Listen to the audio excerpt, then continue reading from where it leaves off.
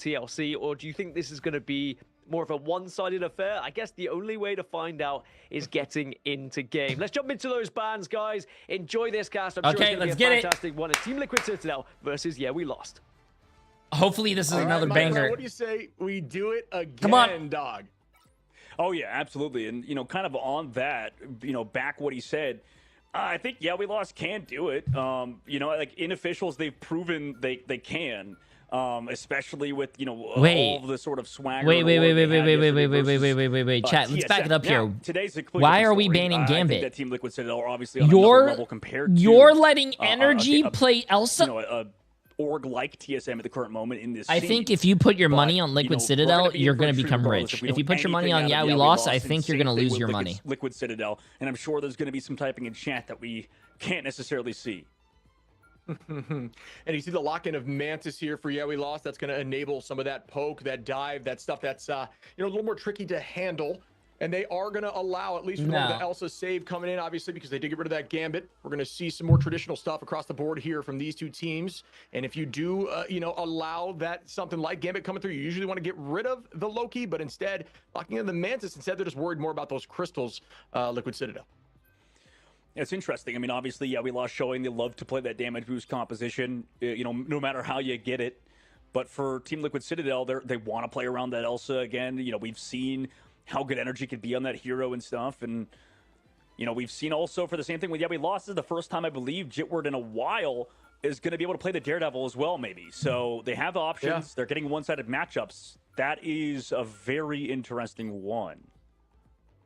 Yeah, again, burning T'Challa off the rip here. They are going to save that Ultron. We've seen Liquid Citadel run that comp better than any team so far. They've had it tested at one point by SSG in a mirror matchup. The Strange Banner is actually really good. Swap. So again, we'll see what they elect to run. They have some options here, but I'll tell you one thing that's for certain. Energy will absolutely be on that Elsa.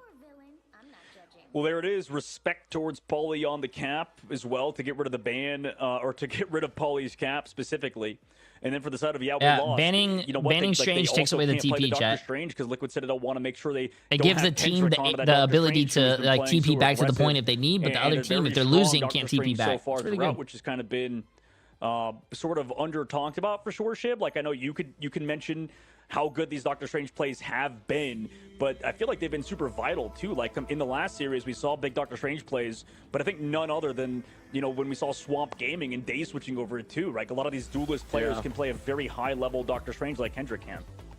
Yeah, and I think you're just enabled when you have that invis. That team up allows you to keep people close. I think if you can pull heroes at any given moment, it makes Strange more valuable because Strange at the top level, and if you just want to play him more properly, essentially plays like a melee hero. You want to be on top of enemies, constantly using your melee between your autos and just bursting damage whenever you see a window that would net you a KO. And when you have that pullback, it gives you another opportunity to hit with another left melee animation cancel combo just to keep the damage flowing. So it looks really good, although the 100 shield loss was definitely a hit to Strange across the board. His portal will always be valuable, so he'll always be seen in matches, and teams will have to stay on him after that portal comes through. As we start up here, our first map of the Dom. We lost. Liquid Citadel.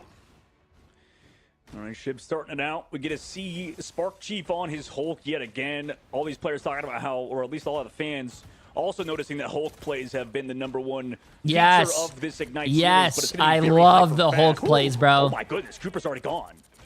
Yeah, there's that snowball I was talking about. Walk forward. The whole team jumps on the back line. Goodbye to 1. Jitward going to fall here from Speedery, though, to try to even the numbers just a little bit. It's going to be a 5v5. They're stalling point for the moment. And we're seeing a lot more teams leave that central location open before breaking it. Where, at least in last Ignite, it was just broken in the moment the fight started. Spark Chief going to fall there from Zaytex. Zaytex going to be on that Mantis, was locked in early on. Appreciate the massive prime sub, my friend. How you doing? Nero. Back and forth we go across the board. Polly is able to find one on a Xantho after Mask takes out Speedery. And again, we're back and forth. Yeah, using the shield to stay alive. Nice job to get the iframes, but shortly after this will go down. Unfortunately, Mask's ult was not enough. In the meantime, Energy just able to do whatever he wants. Oh my god, bro. Laggage there, but at the moment, Jitward probably turned around looking for you don't give energy. Like you don't give energy that character, bro. The reason they lost was, without that Doctor Strange aggression, Kendrick forced to anchor towards the point whenever cart cooldowns were down. Loving these streams, Jay. That resulted in Jitward going down early. Hey, I will always be doing watch parties for the tournament chat. So anytime that you guys need drops or a preview to the new season or the MRI watch parties, we'll be here, bro. Make sure to come. And they did just that. As we see now, Liquid Citadel 22%. To the watch party, that is. Kendrick walking forward here on the Magneto. Ult advantage going to be slightly in favor of Liquid Citadel. as Energy has that Glartrox available, and we have seen what Glartrox can do even on the last map, but Energy goes down before he can even press the Q button. Mask with a huge pick there is now taking priority on point. Yeah, great work from that to get the cross-map shot and immediate dives onto Cooper, like you said with the Mantis. But Cart goes down in the middle of it, Shiv. That's brutal. Damn, good really job good at keeping focus, Cooper alive. The huge freeze followed up by an Ultron, Rage of Ultron to keep him healthy. This could be huge here. Bang! It is going to find Cooper. And the point, though, is still being held by Liquid Citadel at this moment. 54% now, as someone is still stalling, and that someone Damn, Polly is still on the point stalling it. That's crazy. Wait, did he lag out? Oh, no. Wait, it looked like that guy just lagged out. Game turning. Energy gets Nova Palm by Jitward in the meanwhile. At least he can make it equal if you can find these KOs. But it's as you mentioned, Paulie stalled at that point for an incredibly long time. Portal is also here from Speedery. They did not get the Doctor Strange ban. This we're talking about the wait. Is that guy still? That we have, is he here? Because Doctor Strange is banned for we lost. But yo. Not Liquid Citadel, so they're still touching. My immersion. And we can see now the Glartrox available. Energy being a little more patient with it, and that kind of has been over these series, waiting for a perfect moment. Polly able to find Mask, and this is just textbook retake. Unfortunate situation there for We Lost, who are unable to regain right now. Alt advantage. Damn, what a hold, bro! It looked like We Lost was winning that whole fight, and then Liquid Citadel just had Polly on the point because cart time, bro. You wanna keep stalling that cart. Keep stalling that point. It's an objective-based game after all, bro. Now they got 99. We Lost didn't cap it. They didn't flip the point. Now it's last fight. So overtime ticks down. We're going next map already. Spark Chief committed the ultimate at the very end, at least for We Lost. But yeah, that's brutal. Probably the reason we didn't see a pause, by the way, too, was more than likely it was just a temporary DC, which is unfortunate after playing online. Hashtag get these guys at Team House. Hashtag pick them up somebody. But regardless, you got to keep playing, right? It's unfortunate. You have to go next map. And at least you got ultimates out of Spark Chief and Paulie. So maybe with their advantage, they can go aggressive yet again, Shib, because we've seen them do it before. But I like how you pointed it out, too, like the Doctor Strange one-sided matchup. That is the most glaring in this sort of specific ban system that we have. It's the most obvious point to what can happen if you go for that one-sided Doctor Strange portal and in the ban phase. Yeah, I mean, Portal just has so much value, like we had touched on, but, it's great in Dom for retake, for those early Portal plays off the back of a Strat Alt to buy you more time. And, I mean, we saw multiple times there where Paulie was holding point and then Speedery was able to teleport in. We saw that at least one time in this specific map, but that was huge for them. It gave them the chance they do to turn host that teams in 56% person, but it's into only a on LAN, 99%, and that's which is going to be the mid-season finals and the grand finals. I think there's only 2 LAN events. I don't know if there's a third or fourth. I don't know. But I know for the mid-season finals and the grand finals, like last year, for an example, mid-season finals was in China. Absolutely amazing. And then the grand finals, I didn't go. They didn't invite anyone. But they didn't invite streamers.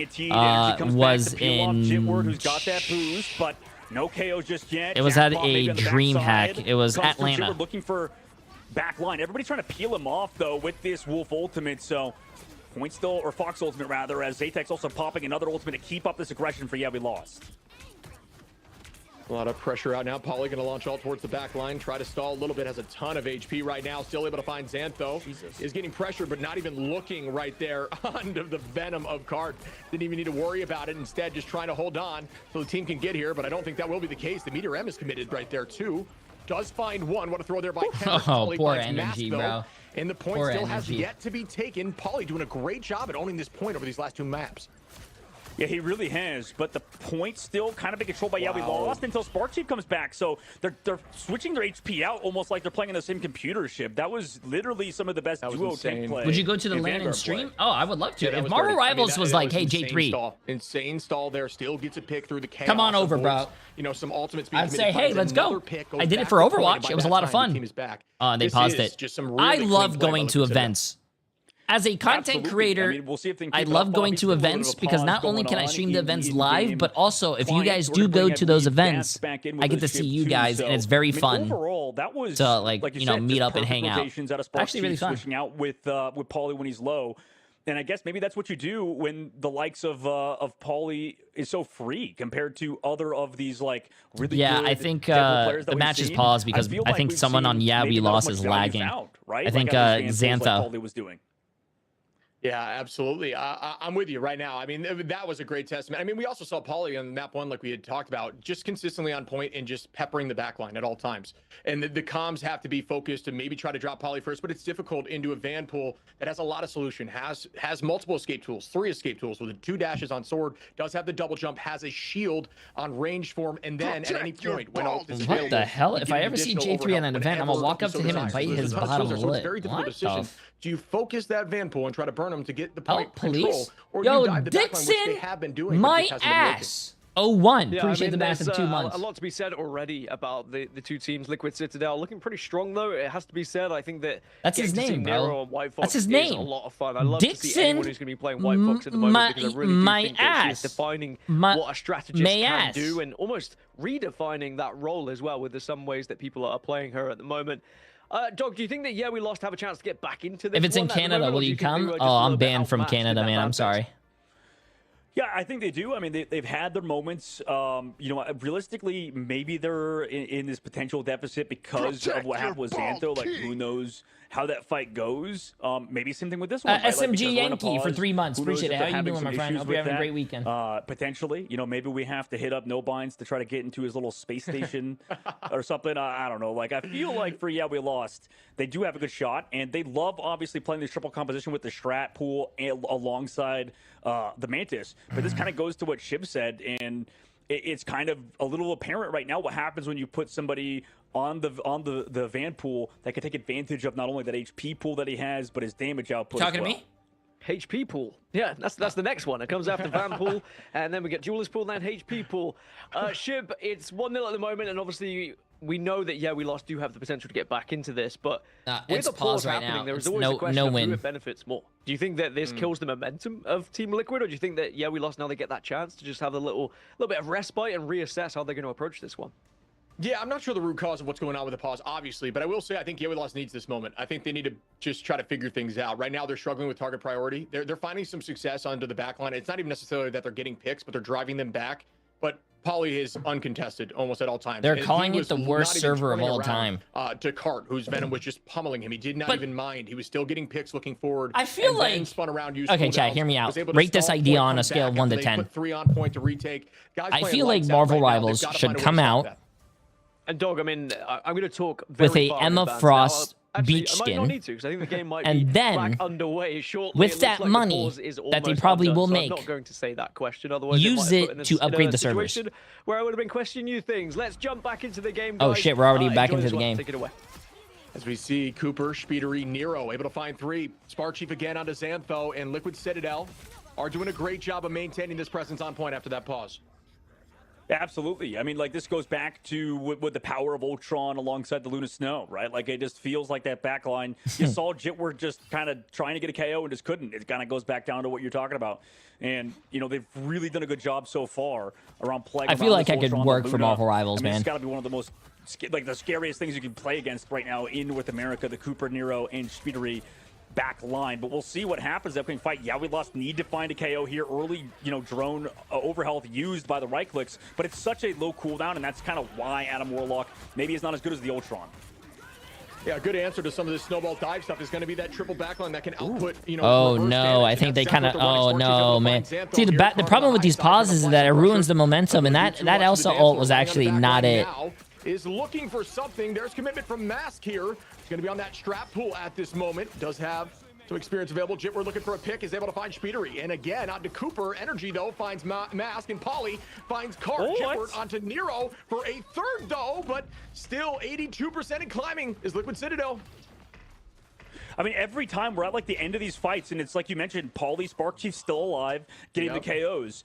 I'm surprised, by the way, they got traded on the inside, too. I don't know who it was. I think it was it Kendrick? Damn, bro. Like, Kendrick, or not Kendrick. It was, it might have been Xantho or Cart or something. Like, they had somebody back there regardless, and they traded one of the Liquid Citadel strategists. We're going, it's our next match. Oh, my God. Holy crap, they've done it. Liquid Citadel 2-0. We lost. That was. I mean, you know, maybe it was the service chat. I don't know. Saying to some of this dive, more aggressive stuff, and I do think that Ultron comp and having Fox are great solutions to that comp, and I think it was just shown right there. I don't Yes, even they think may the have gone stat. down a Yeah, few I think the times, stat. but then you Oh, look back on point, and like you're saying, the Vanguards just are immune. They have full HP, and they're pummeling your back line throughout that whole trade. Next thing you know, you lose the point. Oh, like I feel like if we're not even like getting a KO with damage boosts, like you have the one with the strap pool with the mantis and stuff, and they're still struggling. Polly 22 and 1, Spark like, Chief they're 14 and trading 1, such Energy so 17 well. and The 3. Vandal, like you mentioned, doing work. Spark Chief as well, coming through with only 1 KO on his part. He's been living throughout these fights. And this would feel like really tough to deal with as a duelist player, dude. Like, because you dive in, you're like, damn, they don't get KO'd, they don't die. Like, this is Yeah. brutal. And they're taking half my HP out throughout the mix there. I know Gaskin is we're going to be, we'll pull you in after this short Did break. 100 Folks, Thieves stay win? with us as this was a bit of a sweep here, but we'll see if Yet We Lost can bounce back right after this. It was a good game. I'm not going to be the bearer of bad news, chat. That's all you guys. I just want to say they did play well. Some questionable stuff, but they did play well.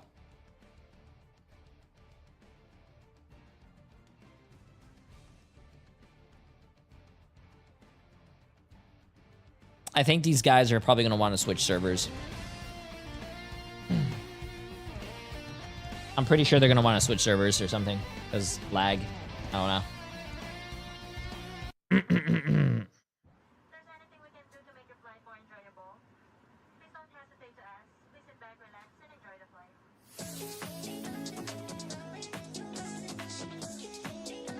I think it is, I think all the matches are on Dallas.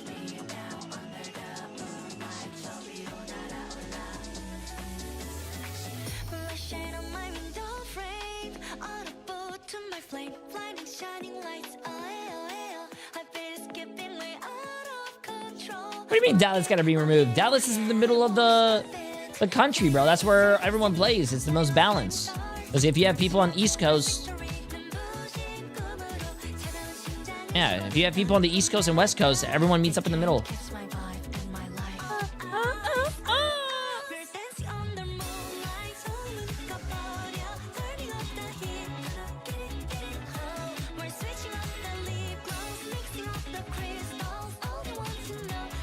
Protect your balls. Yo, hoes be lying for 49 months. How you doing? If Sentinels wins, you know they're tweeting something at 100 Thieves. Ooh. If Sentinels wins, that means they kick out 100 Thieves possibly from the playoffs. So maybe we would probably see some shit talking. I don't know.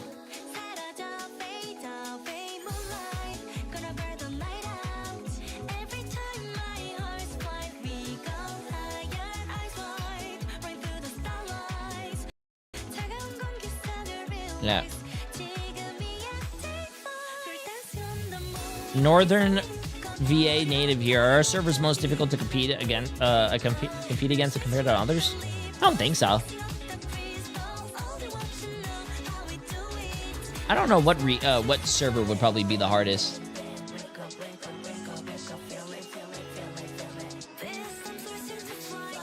It's not like Overwatch League, where they had everyone play in California for a very short period of time because that's where all the teams were. And West Coast servers for ranked were fucking insane because that had all the pros. East Coast used to be like no one.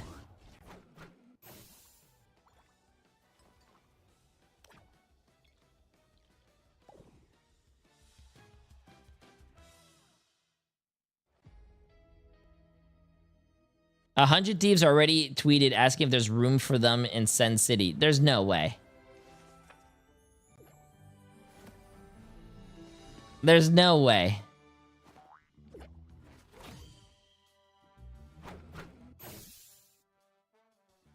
I don't believe that, bro. 100 Thieves. Oh my god, here, let's just do this. 100 Thieves. 100 Thieves Esports, 100 Thieves Valorant, 100 Thieves. No. Probably be 100 Thieves Esports. Oh, lost 1-2 versus Cafe Rose. I wonder if there's any space for us in Sen City. Oh, okay. The first comment is their fucking coach with a McDonald's. Oh no, bro. Who the? Nah, bro. That's crow. No, bro. Come on, man. That's mean.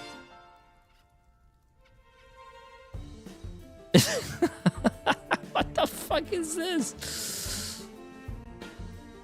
No, bro. No.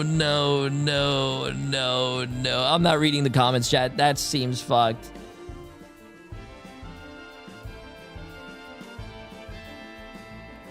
Are we waiting for the new map yet? I believe so. Maybe. There was a timer, chat. Where did the timer go? I'm pretty sure they probably took away the timer because I'm sure they want to switch servers because someone on the other team on Yeah We Lost was lagging. So Sentinels replied to the tweet. Oh shit! I just gotta.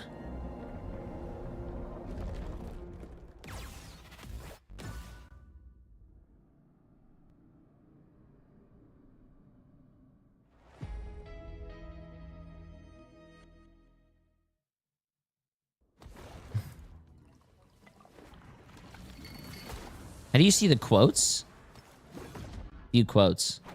Oh, now it's Sen City, huh? Ooh. Please win. If you guys win, the thieves are out. I'm praying. Damn.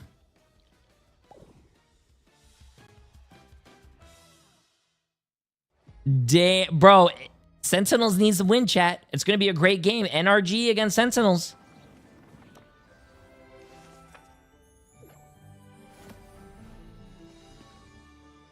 Oh yeah, we're taking a little longer.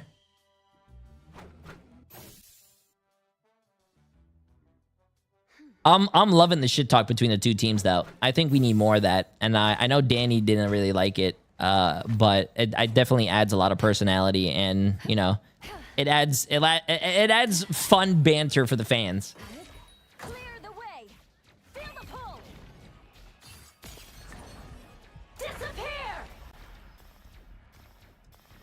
If Sentinel loses, do they still make it to the playoffs? I don't know about Sentinels. I'm sure they'll tell us more information once the day is over, or once the match is like closer. Yeah.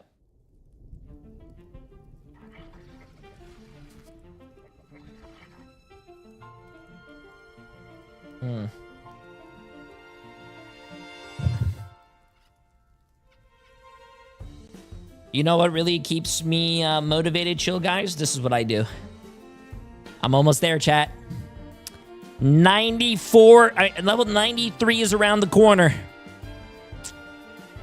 Level 93 is around the corner.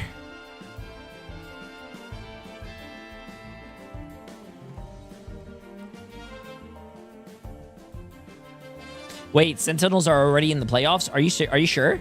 So if Sentinels wanted to be homies, they could win and kick 100 Thieves out, or they could lose and throw the match and make sure 100 Thieves gets in. If they really wanted to be homies. Yeah.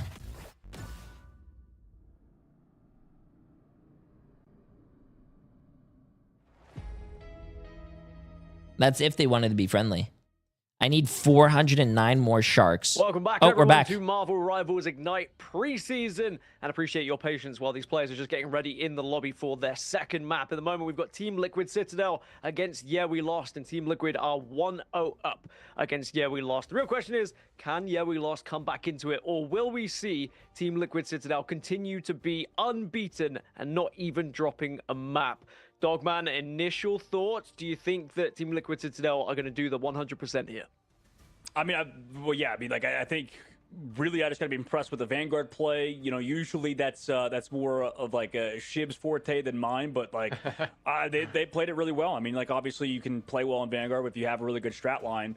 But yeah, huge plays done throughout of Team Liquid Citadel, and I wouldn't be surprised if this was a 2-0 sweep, but yeah, we lost. Are taking us to Shin Shibuya, which is, I imagine, a favorite map of theirs, considering they love to run the divey stuff. Yeah, Shib, you were talking about diving on Bona T'Challa. Is it even more increased here on Shin Shibuya? We've obviously seen teams trying to hold the height as long as possible when defending. Do you think, yeah, we lost have a chance? Yeah, there's definitely a ton of dive potential here, but I also think it lends itself to have some unique strategy because it's just such an open square on point one. TLC stands for Team Liquid Citadel. Team Liquid and also Citadel but then we saw in the past joined forces and combined their orgs. Right? So now it's Team Liquid Citadel. To different defenses, I'm just not sure, what bodes itself to be the better strategy on the map. Yeah, it's going to be a question of, do you see mirrors happening, or are TLC just going to stick to their guns? Yeah, we lost going to change anything up? I mean, we can only find out the answer once we actually get into the game. I think I'm just very impressed with how Team Liquid Citadel have been throughout this preseason. Very structured. They know what they want to do. They know how they want to approach the games. Of course, we spoke to the coach of Team Liquid Citadel as well, and how they go about bans against teams in targeting, or whether they just want to do Wide Liquid Citadel is cool. Well. And I do what do you mean Wide Liquid? They combine their names. At the moment, if you combine a team called Team Liquid and also Citadel Gaming or whatever they were called, you're not going to have Team Citadel because now there's no Team Liquid. So you have to combine the names. You want Team Citadel Liquid? No, that sounds weird. Team Liquid Citadel, chat. All right, my friend. Because you're combining the orgs. I got to say, and you say the same, Liquid Citadel have not missed a beat there. Yeah, we lost. Definitely struggled. They're finding a ton of eliminations, but it just doesn't matter when the point's not in your favor. It's all about maintaining presence on Dom. But it's a different story here, so maybe things shake up as we see the double gambit removal.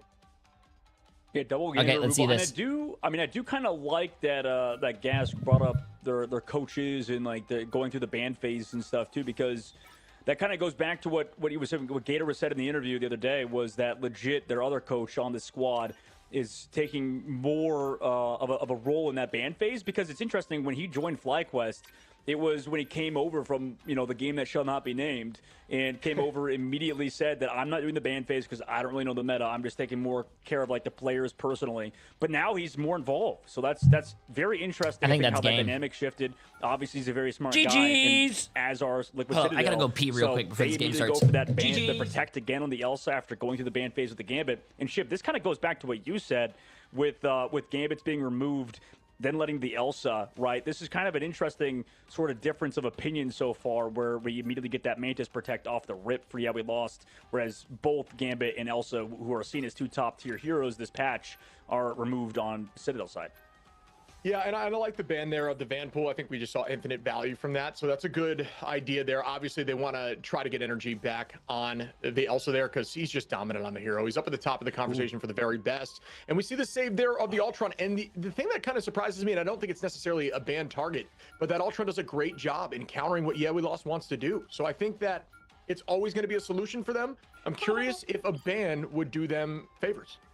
Well, see, this is the interesting thing. They're going for like the counter Pauli's hero pool strategy, and for Citadel, other teams were like going for the counter Jitward strategy, and Citadel just like ignored that. Liquid Citadel are like, okay, whatever, give Jitward Daredevil, who gives a crap, right? And it's been working so far, right? Like, it's very unique because they're going after Pauli's hero pool, kind of like what we saw out of other teams. Dr. Strange ban again against we lost, and that might be, in my opinion, the linchpin to the potential faltering of we lost, is that I just love this team a lot more when they have Kendrick on Doctor Strange and not on Magneto, just because it feels like the Magneto's a bit more of a rock ship. As a Vanguard player yourself, why is that? Why is, like, when I was talking to Wab and stuff, he's saying like Doctor Strange has played more like a dive character this patch, but Magneto feels like he's just like a sunken rock, just kind of anchoring everything down. Why is that messed up the pace of we lost?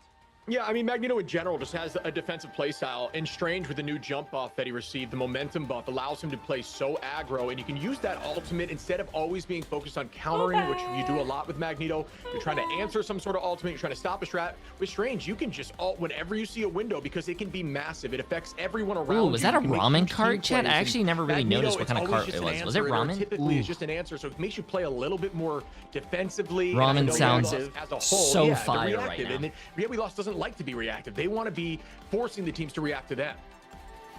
Yeah, excellent point. That's very interesting. You know, we'll see if this sort of is the reason why we lost. We'll lose today. Maybe for Liquid Citadel's side, the fact that they've had so much respect towards Paulie is what we've seen in MEA, but it also puts Paulie back onto the bag. You know, interesting enough. Or Shin. like, so have they finally found the solution to Liquid Citadel, or are they just going to have Korean to deal fried chicken? with Speedery back on the Ultron and this backline triple comp that seems impossible to KO?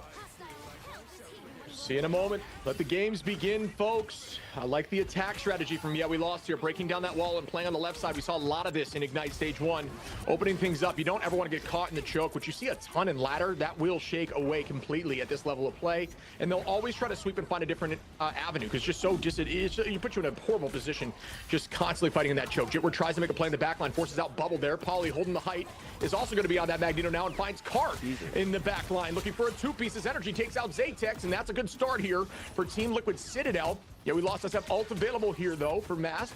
Likely going to hold on until the team regroups. Yeah, I mean, Xantho goes down late. Yo, broken they got a dreams. pick at the very least, but I think this comes down to the first fight being lost. We're building up towards that ultimate, the Hulk getting a little countered, but the Doctor Strange ban, again, coming into effect because, you know, you usually see teams on Shin Shibuya attack go for that portal flank behind play, so you lose your setup play that you've been doing every scrim, do coaches look at? just because of that ban phase. I'm pretty sure I love they the look at ban. like Honestly, the tournament VODs, or maybe even their scrims if they play a scrim against each other. As meta, or just wasn't as consistent in terms of the ban. I think this is really, really smart from them, as we see now. Out goes that commitment of the ban hammer. Cooper able to find Jitward, Card, able to find Energy. And that's the trade back. Energy almost had ult there too, which is a tough look. But Speedery's going to start up here with the Rage of Ultron. Cooper going to clean up Zatex. And that's going to put them back up in numbers and find Zatex, which is a huge pick. Very close there. A very good support player. Yeah, this is really a game of excellent strat play now. I mean, we move immediately from the last map where I think Paulie was going off. And now on this map, it just feels like anytime there's downtime, you see a pick off from somebody on the backline, whether it be Nero or Cooper. We're committing the Hulk ultimate, though, from We Lost side, so they don't want to give up just yet as Paulie secures the objective. Oh my god, they take someone about to die. There's that Meteor M we're talking about defensively. Not sure exactly what the goal of the counter was. Doesn't seem to work. What's the logic with allowing Elsa? They're basically seeing how fast they can lose. Does around the cart onto Zatex. Huge play. Does not get the pick there, though, but a good idea. Chasing that to the off angles. Kendrick now falls. Paulie able to take out Xanthro with that counter as Nero also finds Jitward, and everyone goes down here for We Lost. I don't know how you beat this team at this point, Shib. Like, I don't want to, give them too much gas or anything. I want to see Swamp Gaming against Liquid Citadel. That would be a really fun match. As strong as this and is coordinated, what do they do here, right? They need to get off some good ultimates, but it looks like the bunker play on the inside angle where they disengage Cart has been brutal. The change up is to put Cart onto Venom and put Jitward back onto the Spider-Man, but, I mean, Paulie's still done whatever he wants. Look at him. He's all the way on their side of the map. Jeez, I'm cleaning. Yeah, bro. I think We Lost is not. Try to clean that up. I don't feel like they're working as a team, bro. Gonna drop back towards the dance floor to stay healthy, and I'm with you, buddy. I mean, looking at this team right now, they're running a very similar comp. We Lost trying to do the same concept that Liquid Citadel just shut down last map. You can't rinse and repeat something if it ain't working, right? The definition of insanity is repeating the same thing and expecting a different result, but I'll tell you right now, Liquid Citadel is really strong against this dive, and this goes to show you there is a solution to this meta. Yeah, it's like, I mean, usually other teams would play like the Wolverine and stuff. In this case, they don't have to. These Ultron comms bunkers so well, with around the Elsa, it looks like so far. So Energy just able to take care of this Hulk every single time, or Venom. And again, Jitward goes down early. Paulie comes back with another KO. That's 2 down, and Invisult's just too late. A lot of commitment. Yeah, that Invisult is just a little bit too late. 10 seconds here. Gonna be no portal play, folks. Remember, not on the table at all. Zatex switching over to Iron Man at that moment, too. And they banned Strange, so they can't portal back to the point, chat. Tries to run away in that moment, is going to fall to Energy from downtown. Overtime still ticking down. One on Cart for the moment, and it is Cart, what do you know, but falls to Cooper, and an absolutely flawless defense there from Liquid Citadel. That was beautiful. That was beautiful. I can't even speak because of just. It was just clean. No, I do not think the EMEA and NA teams face off in each other's. Or at least the strength of when we saw like other squads play well, when it's not a teams play LAN. well, when other teams I don't think they're gonna. were winning. It's because they're bunkering on the inside somewhere around a health pack usually, in Shin Shibuya, another map where you could do that. And they even put their Ultron in there, and it seems like they don't go down. They don't die. What do you mean Even the with all their strange damage ban boost, might if be you the play it most perfectly, L especially move around Nero on the White Fox, for any which team? It's a you guys smart talked about a potential ban. ban of the White You're Fox that taking could away come the out. I wouldn't teleporter. be against it because that's not a Nero bad comes ban. back with that TP, can save anybody that's 1 HP, gets healed up, throws a shield around them, and it just feels like, yeah, we lost, have no counter to it. Like, it doesn't matter how much damage they do because inevitably they're going to lose a Vanguard. Look at that stat line. Just Oh across my the board. God. Beautiful plays. Energy, the only They one to only go got down. one kill, and it was I on don't think there's an Energy that argument whole against round. Liquid Citadel's backline right now. This is the best backline in North America. Yeah, I fully agree with you. Right now, I mean, it's proven they haven't lost. There's no way they're actually playing Black Widow. Other team, I would Is argue, it? No, Chad. Are they actually playing Black Widow? In this side of B, right? In the B side, 'cause I think A side has a ton of. There's competition as no well, and we'll see what that way shakes they're out playing like Black Widow, as bro. we move forward. Again, both these teams are progressing. It's all about seeding here. The idea was to see how we lost performed into a team like Liquid Citadel, and I'll tell you what, Liquid Citadel are looking like they're really not struggling. I think they're too much here. tilted. I don't know. Maybe they're tilted, or maybe they're Yeah, trying we'll to see have how some they fun do. with If it. they But change things up. Yeah, we lost going for a bit of a gimmick play, Shiv. They're doing the Zaza. Zaytek's going to be over to the Black Widow, and they're going to give the Mantis damage boost to try to find one-shots on defense of all things. Yeah, I think that's to maybe counter the Ultron, if not just to be a little funny and cheeky. I'm not really sure what the goal is, but we'll see if it works out. First Widow play. Oh, is able to find the first Widow's working. Widow's busted. Needs a nerf. Move on. Oh! Also falls here too. Zaytex showing up right now on the Widow, trying to get on the map here. Widow's busted, chat. We need a nerf. Get another one. Get another one. Oh my goodness, he's close to. Dude, this is gonna be like that one highlight reel you'll see in like a CS match where they'll be like, whoa, they're about to pop off, crazy highlight, and it's just like 30 seconds. It's gonna be only the Zaytek 2 shots. That's it's gonna be hilarious later on. Maybe he keeps going. Wait, they got energy. Called it too soon, Chip. They're winning. Smart Chief able to find Zaytex, and there's that pick on the Widow. Will not be obviously rezzed in that moment. Smart Chief taking the zone right back, pressing in. Seems like the teams are having a little bit of fun with it. Smart Chief going to drop back, try to get this health pack. Does just that good movement. Speedery in danger with a ton of the front line, but drops right back to the back line off map, or not even needing to, is Mask, who falls to Spark Chief. Wait, he dies on Black Widow and doesn't even switch to what do you call it? TP. He stays on Black Widow to KO. Gets kicked away, saves his stats and a KO. Huge job by Zaytek and a loss. You know, that's like Chris Paul cuts the lead down by 40. And rest in peace, my sons. But Liquid Citadel get it done, Shib. They win 2-0 over Yeah We Lost. I think, in hindsight. Oh yeah, Strange was banned. I forgot. That's still wild coming back on Black Widow, bro. Switch to Spider-Man or something. So they were just changing things up for fun, but hey, that just proves the point, chat. The Strange ban is a good ban. Just shows that maybe this team is at another level than everyone else. I'm looking forward to seeing what they stack up. Wait, no, go back to the everybody else in stats. the A side bracket coming up here as we move forward over these next couple weeks. Were the stats so bad they didn't want to show it? Now everyone in rank is going to be playing Black Widow. That's what I've established from that one, and I'm a little bit concerned. But Zaytek certainly put on a little bit of a show for us as they were, of course, taking a bow, exiting that matchup. I think we knew it was a foregone conclusion by that point. Team Liquid Citadel just look too good. They look unbeatable at the moment, so polished, so clean, no one really able to touch them, and they will be marching through to playoffs undefeated. The real question is, 3 million? can we 300 people? to test them a little bit 3 here, million? Dogs, because at the moment they just seem to have got by every single 3 question that's been asked million? of them. Whether it's a dive competition, whether they've had to mirror, whether they've had to just try and take things into their own hands, they've always had the answer, haven't they? Yeah, absolutely. I mean, maybe we could see a turnaround by SSG in the playoffs, and because they look better this week and stuff. But I mean, the only team that really stressed this Team Liquid Citadel squad out was Team Lunex, who have a chance to get eliminated, right? So that's like actually insane. That week 1, day 1, that was the toughest match Team Liquid Citadel had, which was losing a single round on Krakoa. So they haven't struggled since then, and yeah, this is what happens after a meta gets established and the top team starts to really put their foot down and really set the meta. This team is really good, and I don't even know if they look way better than they did last week, and I'm scared for the 4 seed coming out of Group A now. Now, on the other side, Shib, for Yeah We Lost, they still progress through to playoffs, so they won't be too disheartened. They've certainly learned a lot of lessons coming into MRI. How are you feeling about them moving forward? Do you think that there's a little bit more to offer from them? Have they learned enough lessons that they're going to be able to improve from what they've had so far in the early stages of group stages here?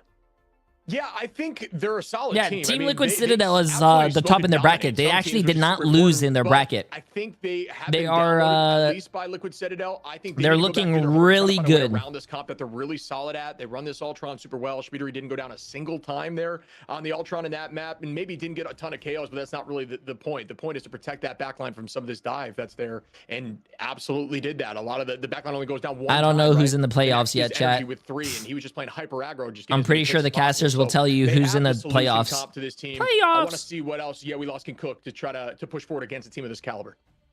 Wait. Oh, do you think there's a case of wait, chat. the wrong team? Next game is Sentinels against the NRG. I gotta go make my popcorn. This is gonna be the best match. NRG against Sentinels. This is gonna be the best one. At the start, I gotta make my popcorn. But now people have kind of learned how they played, or am I reading too much into it?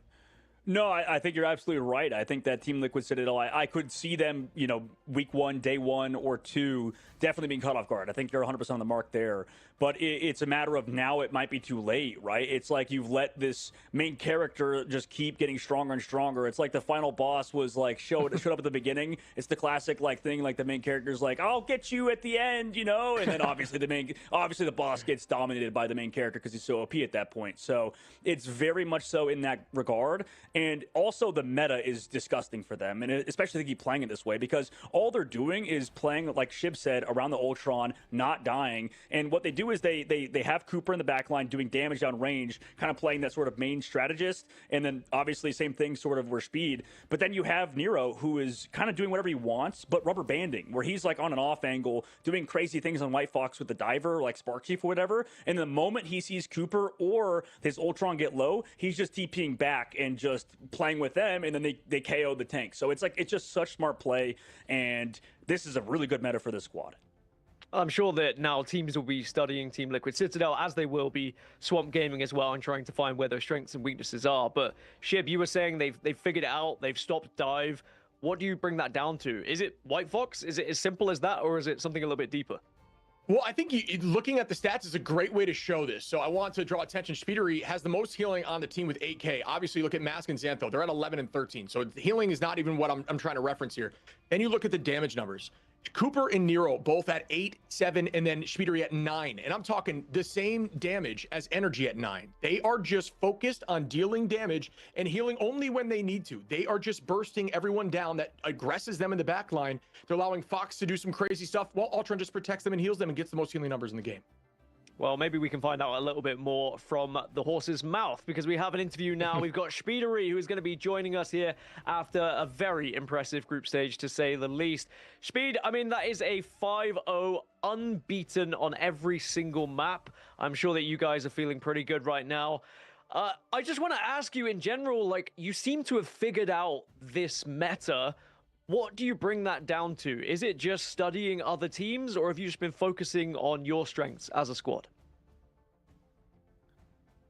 Well, I think we've got the meta figured out pretty well. I think it mainly boils down to knowing which characters are the strongest. And for this patch, I would say it's mainly Vanguard, Deadpool, Elsa, and Gambit. So I think we mainly center our bans around those, and also our saves. So that's what we've been doing.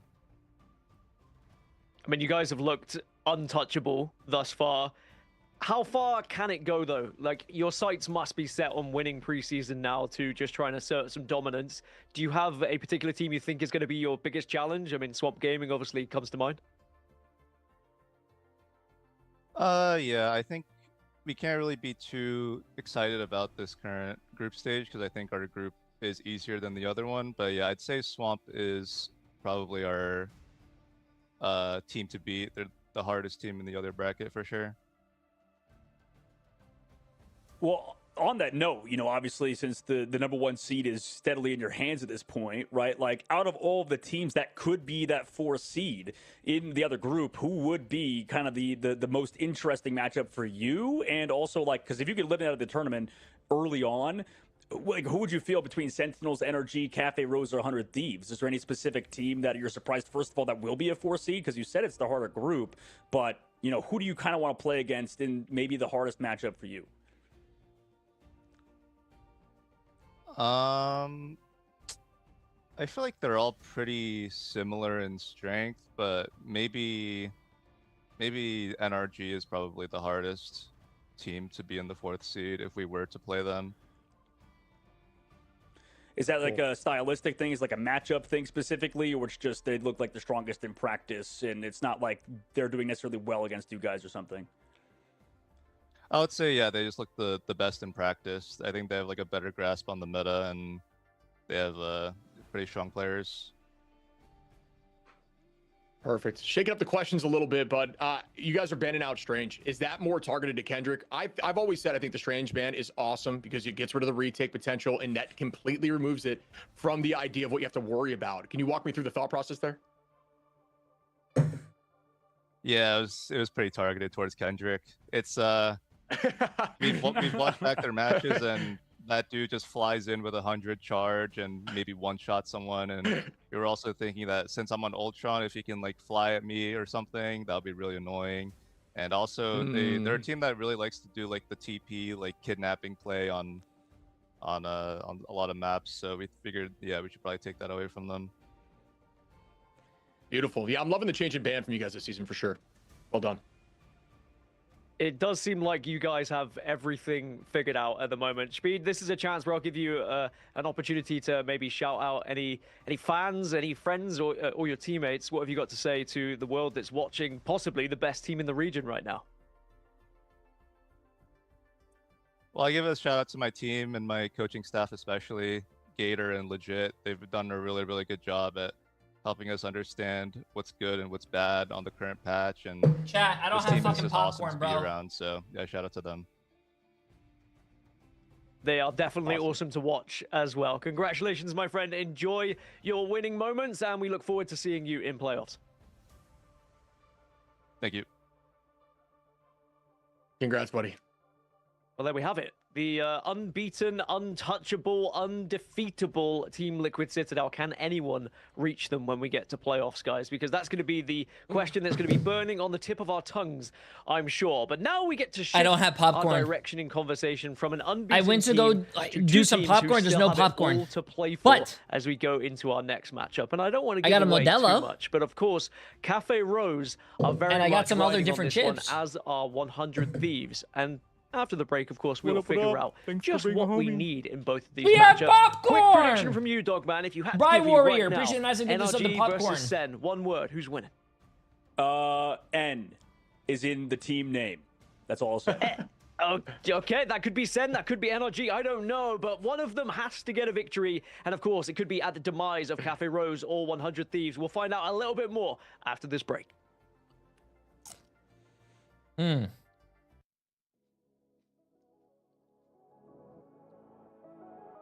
Okay, we have 5 minutes, chat, but my dad also brought over Easter dinner. I couldn't go eat dinner with him, but he has some honey turkey, mashed potatoes, and also some green bean casserole.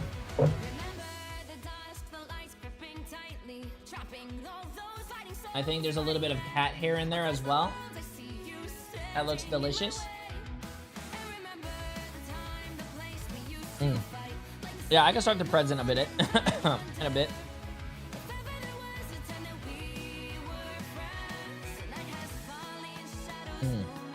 This is gonna be a great game, though. Okay, chat, have fun. NRG against Sentinels.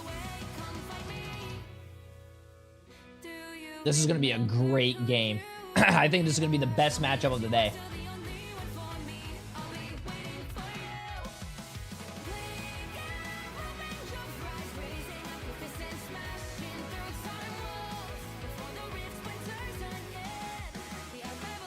Get your money on the line, chat. Get your money on the line.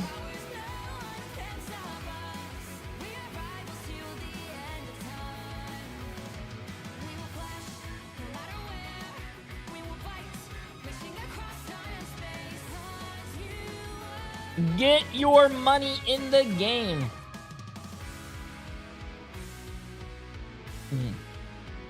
Oh, by the way. Oh my.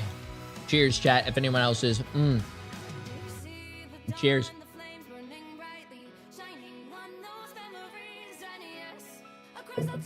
Ooh. Who we got? Sentinels against NRG? Dude, I don't know, man. Don't put me on the spot. I love both teams. I love both teams, bro. I can't choose, man. Both teams have a lot of my friends, man. I can't, bro. If I had a gun pointed to my head and I was told to choose, though, I think 55% to 45% NRG might win. That, in my honest opinion, I do think NRG has maybe the slightest advantage.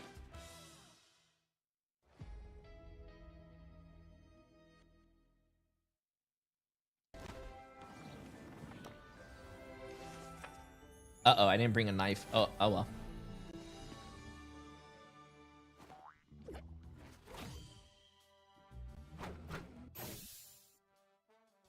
Oh my god. Turkey is so amazing, bro. I love turkey.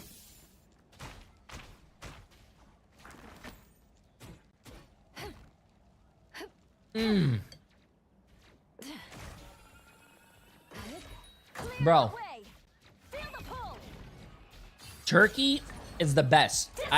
Oh my god. I think turkey is the best meat.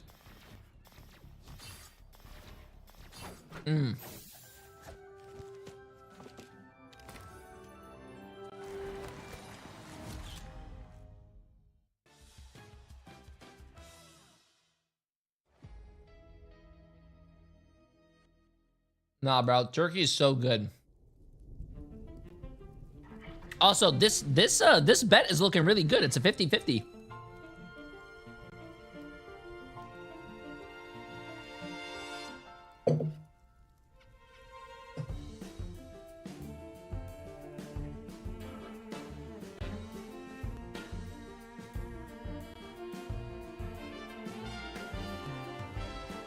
If Sentinels wins, Cafe Rose goes to the playoffs. Really?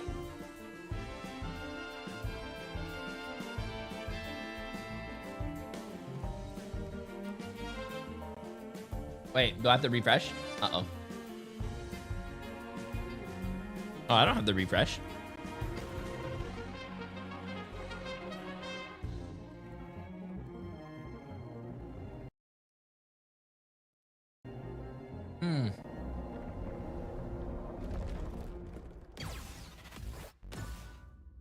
Oh, I gotta tell my dad.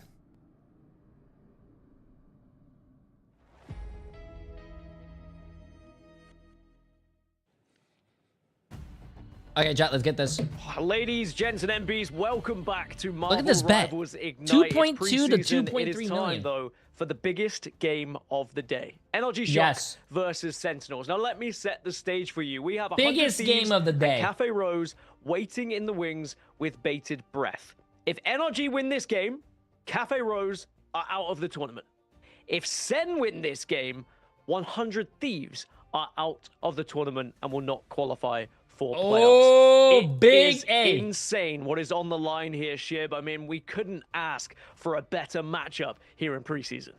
Just so funny that if Sen can get vengeance right now on 100 Thieves. It's just so classic the way it all works out like this. I mean, you know what? Why not at this point? This is insanity. Everybody's so close that this one matchup can determine the fates of almost every team. It's absolutely obscene, dude.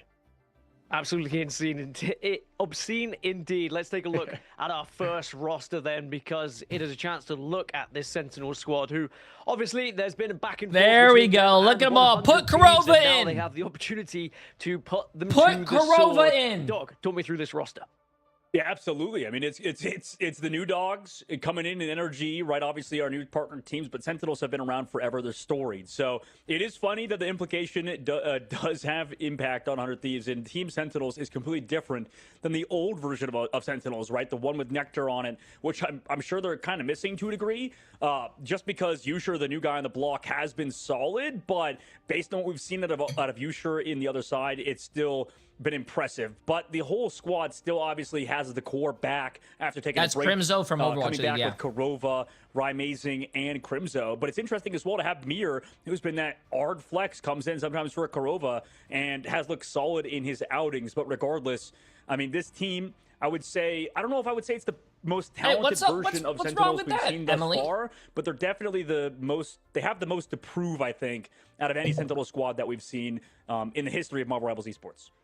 I think Rymazing tweeted out and said time to lock in and save Cafe Rose as well. They have the fate of other teams' journey in their own hands. Now, on the other side, we have NRG Shock. Shib, talk to me about NRG Shock, because I've personally really enjoyed what they've had to offer here as well.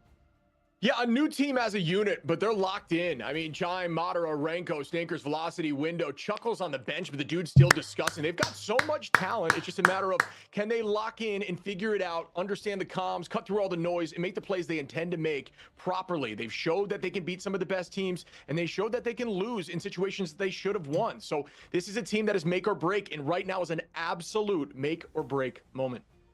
And obviously, as well as other teams being dumped out of the competition, these two teams are trying to get a better seed going through as well. I think with how it works, even if either team were to lose, they go through on tiebreakers, which is why we see Cafe Rose and 100 Thieves under the microscope a little bit of, oh, well, who is going to be eliminated from the competition? But whoever wins this gets a better seed going into playoffs and arguably plays an easier opponent. I say arguably because it seems like every single team that's getting into playoffs What am right I now eating? I'm is eating my dad's insane.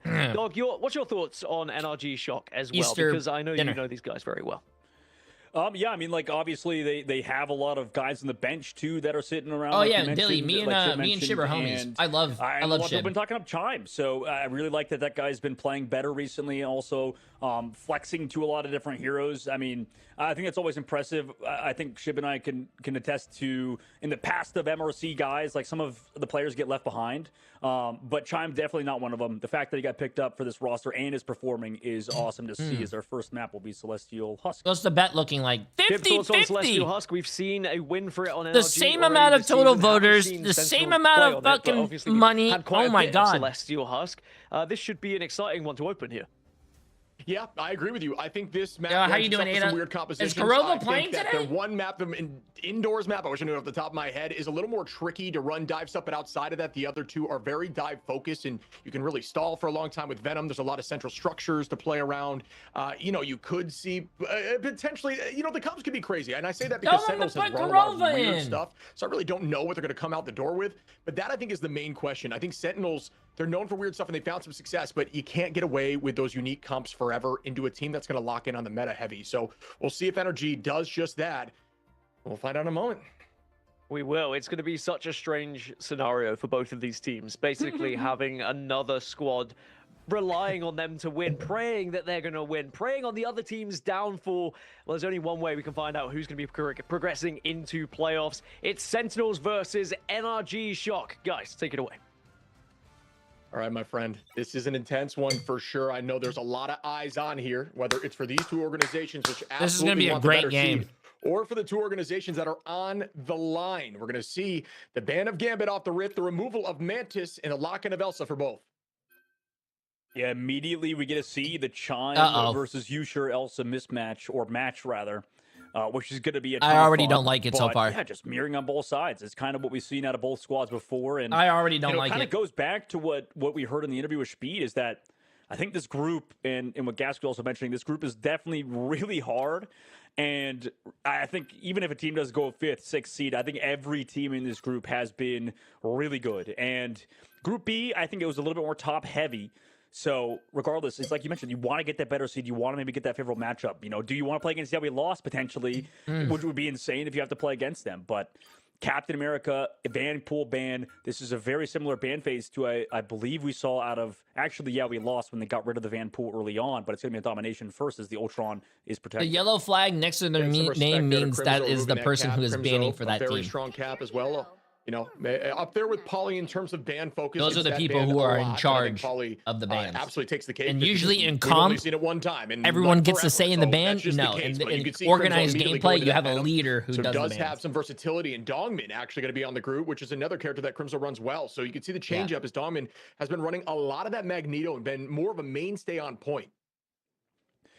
Yeah, he's kind of been that anchor a lot of the times for this squad, and you know, previous Tridex rosters, Intergalactic and stuff. So he's definitely that dude that loves to just lock it down for Crimzo to switch to that diving role, which is interesting too, because Crimzo is more of that group player, like you mentioned.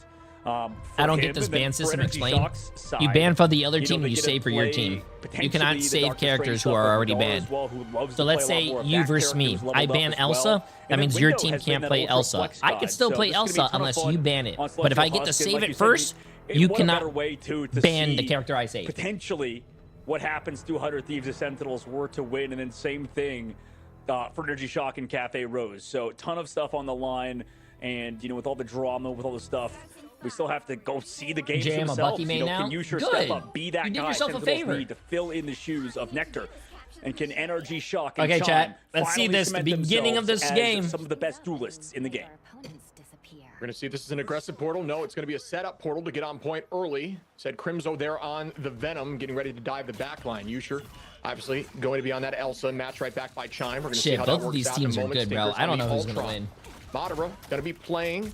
I mean, a little I don't know, front chat. line here. Gotta love to see it, and we'll see who gets the first pick. But priority on point for the moment is NRG. And it's interesting, too, that Meteor is going to be in the lineup yet again over Kurova, with Flame also being in on that Loki.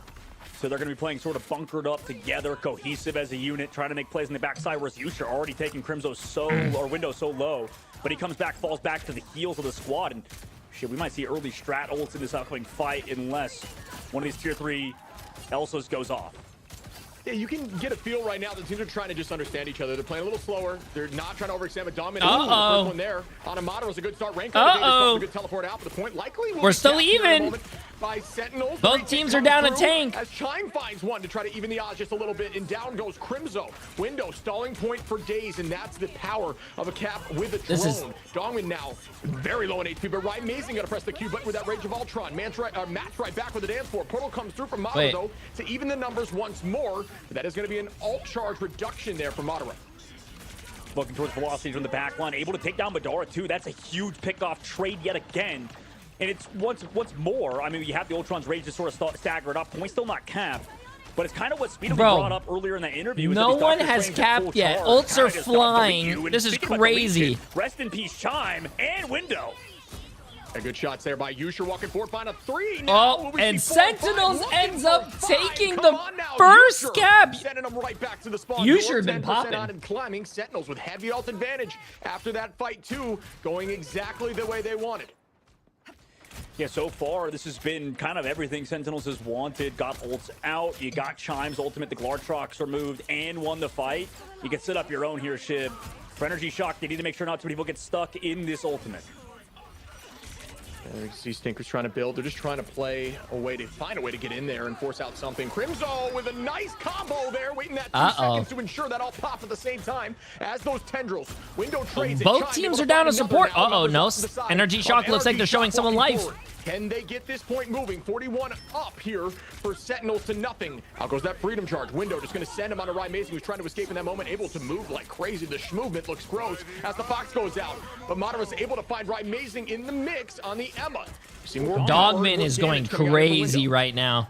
Well, Dogman got 2 at least, but I mean, we'll see. But they're still pulling it back. Maybe they have a chance here. We're losing Dongman's pretty rough. Holy shit, bro. This is a good game. Yusha's ult. They're actually trying to come back into it, so they do want to stall it out. Hey, what's up, Sincerely? Appreciate it. But I'm really wondering what happened to Yusha's ult in the previous fight. Yeah, that was a huge pick from Dogman in the mix of that chaos. They still haven't capped, though. And 75% now for Sentinels. This is exactly what they're looking for, just stalling for as long as possible. The portal comes out now from Dongmin to ensure it is now a 6v6. Out goes the boundary. Dongmin finds one here. No way. Another onto Window, and that is they still didn't. Oh, man, this is bad. Sentinels just keep this going. Sentinels has continued to still stay on the point. Oh, my God. Or not cap, sorry. Also, I don't think Energy Shock has a teleporter. So far, we've seen it. I mean, he's just able to do whatever he wants, flies in there, We take a look back. I don't at the think Band Energy phase Shock two, and they can't really has. peel them off I don't without think the Energy Invisible Shock has a Woman. teleporter. So that's sort of impacting things. Sentinels win round number 1 on Celestial Husk due to their overarching, just oppressive aggression, and then also playing back at the point to wait for the squad to regroup. Yeah, that was decided right there. That was a Sentinels just demanding looked super performance, clean. by the way. They played exactly the way they wanted to. We wanted to see if Sentinels would step into their own and look like the team we've known, where we've grown to know and love over time. And they've been struggling a little bit on off days, had some shining moments, and then fell back down into the hole a little bit. But right now, I'll tell you what, they are locked Dogman in. has a really Not good going down Strange. A single time, too, is I remember always him gonna being help. on a different Those team, and I BWs remember are seeing ready, his like we're gonna Strange, be and I've using that always rocket been right like, now damn, that instead guy's to Strange is just get the, crazy. you know, the team some packs. But we'll see if their switch comes through. Yeah, I think at the moment for Energy Shock, they really have to do a better job at shutting down Dongman. I mean, you Where's the see popcorn? I made one Madara for went to myself. that Emma to at least slow them down, but it seems like even with the damage reduction and stuff, it's not enough. I to went stop downstairs Dongman or and I even get found those out that I KOs have no because the popcorn. backline healing is too much. Mir's doing a great job playing that extra, heal support whenever he's going over to the Invisible Woman. I gotta Just go get the speeds buy out- some speed more out of before the spawn. playoffs. Also, the greens too. The low-key positioning has been great from Flamme. We'll see if it keeps up though in this next round. As Energy Shock again are going to try to take advantage of Windows Captain America. Velocity on the Luna now to provide a little more damage. Chime does have that Glartrox available. Yusha going to be very close too. It's all about who gets the bigger Apex Predator as Rymazing goes down from Chime from downtown. What a shot there to put them up a number. And RG trying to get on the board quickly. Yeah, that was fast. I mean, Chime, huge play in only tier 1 Elsa, by the way, as well. So Mir goes down again. Oh, no. Before we even use cooldowns, Green's now utilized. But, I mean, we can't even use ults here, surely, because Chime is just farming us. Yeah, locked in right now. Chime able to find a 3-piece. Trying to find 4 here as Madara takes out Dongman on the front line like he'd call Holy shit, Chime was going off. And NRG look angry here. But again, ult advantage for Sentinels, but only for a brief moment. It's all about can NRG No, stop I'm not us gonna for tell Emily to go give me to get popcorn, bro. ults to even out here and try to hold on to this point for as long as possible. I'll go get it like They are gonna try to tomorrow run. or something. I mean, it kind of makes sense they don't want to play that Doctor Strange 2, at least go to the Emma, considering Madara is such a hard target for the side of Energy. But regardless, cooldowns used, right? You're making sure Madara at least forces out all these cooldowns, has to back up. Ultimate's still available for Sentinels. They want to peel off the Venom. Oh, that's fat. That is massive. Oh, That that's is fat. massive Oh, by that's fat. Chime. Right through the chaos, through the rage of Ultron, able to find Flamme and Yusher there. Well done. And find a third. Chime Oh, is man. stepping up right now and collecting Last for this round was team a Sentinels game. This round is an NRG game. Oh my goodness. I mean, really, statement game so far out of him. If they can keep it up and that win this round, I mean, huge Glartrox, obviously, first of all. Yusher's been doing great in the neutral like we saw earlier, but now Chime not only doing good in the neutral, but also connecting with the Glartroxes. Yusher has to be big in this upcoming fight, has to hit a big Glartrox. Yeah, we're going to see what happens now. 4 ults available for either side. It's all about value. The initial start, it's those first ultimates that get value always put the team at a heavy disadvantage. It gets more tricky. Dongmin with a huge pick there on Madara finds one. Velocity going to start the dance floor now. Dongmin holding on to this Q could be an insane play. There it is. Onto the whole team as Stinkers goes down. Looking for more here. Rymazing doing a great job on this Ultron too. Out goes the Fox to stall for even more time. Here comes the portal from Madara to ensure they can stall even farther. And that's the idea of committing those strat ults, portaling in, switching that Strange and staying on the point. Yusher finds one. Crimson. These are very Dongmin ballsy gets one, TPs, but still man. the point ticks to 90 plus as NRG Shock are holding on. Yeah, both Vanguards just jumping in and out of the portal, getting health, coming back. They had to get through, man. They had to get through. They stalled to 99, though. That's fine. Back away, but that's 99% for Energy Shock. At least they get the ultimates out. Regardless, excellent pushes so far to Chime. Now, the problem is, we've just lost Madara again earlier on in that previous fight. Need to make sure he doesn't do that again. Also, not set up Dongman. Make sure that his cooldowns are used early and doesn't fly in on that Doctor Strange. Well, there's that Glartrox. Does it land? It seems to maybe pull the front line. Crimson gets frozen, tries to use Feast, but it gets canceled once more by a tackle there from Madara, who's doing a great job now, once again, peeling after struggling a little bit early on. Yusher finding Velocity, though, trying to make it a 2-piece. The teleport comes through. Yusher now wants to step up here and does find 2, maybe 3. Yes, as the whole team falls. Damn. It will go once again in Sentinel's favor, but NRG only need to win one additional fight. They need to build ults and commit together. Yeah, at least you forced out more on the side of Sentinels, right? They missed the Glartrox, I believe. They also used that Venomol, who did get canceled by Madara. I really wish I could hear the voice comms of these games, bro. They like have to be sweaty, man. They have have to be sweaty. Dongman hits the big eye of Agamotto. So here, Amazing at 60% in climbing, holding that space right now. Velocity trying to deal as much damage, does have that dance floor available. Wait, did they actually Fat Finger at spawn? I didn't see that. Pick early on to Flamme once more. That is pure. Wait, did he actually Fat Finger the Luna? Here for Sentinels. Ults are ready for NRG as Tinker starts up here early on. The Glartrox goes with the jump was huge there. That was a massive clutch jump. Oh my god. The Feast of the Abyss on the backline doesn't get turned around. The dance floor goes through. The damage boost tries to find something there. Chime not able to make it happen. We see a lot being committed. Another invisible boundary. We see Mirror find one onto Stinkers, and now we see Yusher take out Chime, and this is going back in Sentinel's favor after all of the chaos. Way to stay calm, cool, and collected there by Sentinels, who find another and another pick. Window taking out Mirror is just not enough, and I don't know if they can get here. Yeah, I mean, beautiful plays by the Dongman. I mean, like, I feel like Chime was winning in these 1v1s versus Yusher, but Yusher holy shit, Sentinels didn't come to mess around, bro. Of Energy Shock, and they don't have that portal because they reversed 99 to they reversed 100 to 0. Are maybe pushing off Energy Shock. Nice free throw onto Yusher. No wow. Touches though on the side of Energy Shock, and it's done. Sentinels have won. Wow, really what a play by Sentinels, bro. I mean, they're looking really strong. I will say, that was a huge jump on that Glartrox that was clearly intended to burst. I will say, in the beginning of the preseason, they didn't look that strong, but they're looking pretty strong now, chat. I feel like they started to get their footing. Played calm, cool, and collected, and come home with a W on domination. They started to get their footing. Dongman has been a huge pickup for Sentinels, man. Huge pickup, man. Like that guy was going off on Doctor Strange, and I feel like ever since Speedily he actually might be Doctor Strange himself. Yusher as well. I mean, both of the Elsos have been popping off. Do we now we see Chime still has 12 final hits. Yusher still has 12 final hits. Yeah, like Emily said. I think Emily was right. She said that earlier. I'll never say that again. Yeah, I'm not sure what to attribute that to. I mean, I'll tell you what, Sentinels just looked really calm there. I think that was their advantage. They're playing that Venom very well. They're constantly annoying the backline, allowing Dongman to take a ton of free space, and there's really nobody that can stop this ultimate from Dongman, and that's the kind of advantage that having a mag as the main meta in team play like this. Both Elsos are popping off. Free ults consistently, and they're constantly converting. Well done there. But we're going to see more of this. Will Sentinels send 100 Thieves out of this tournament early on in the preseason? We'll find out after this break. Someone was saying that 100 Thieves is still in, but the casters are saying, and I'm pretty sure they're right, 100 Thieves can still get kicked out of the tournament.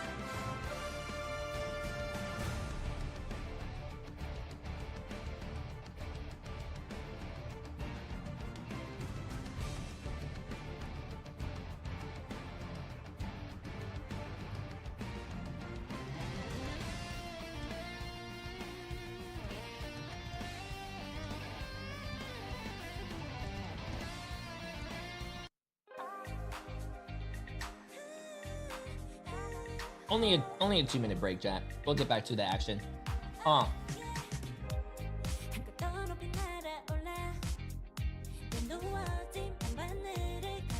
Damn, you guys really don't like the 100 Thieves coach, huh?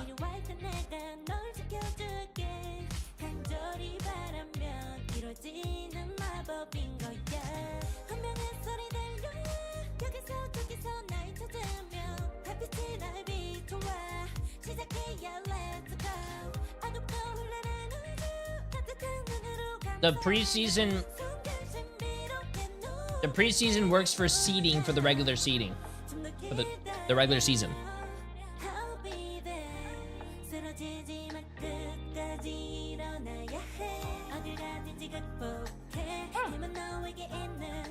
Can someone explain to me why barbecue chips are the best kind of chips?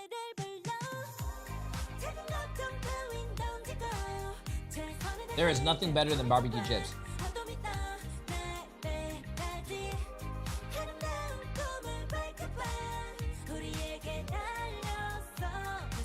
No, barbecue chips are the best. Sea salt and vinegar is pretty good, but barbecue is the best. Ew. Lay's ketchup chips are disgusting. The only people who like Lay's ketchup chips, I swear, is like Canada. That shit is some hot ass. Bro.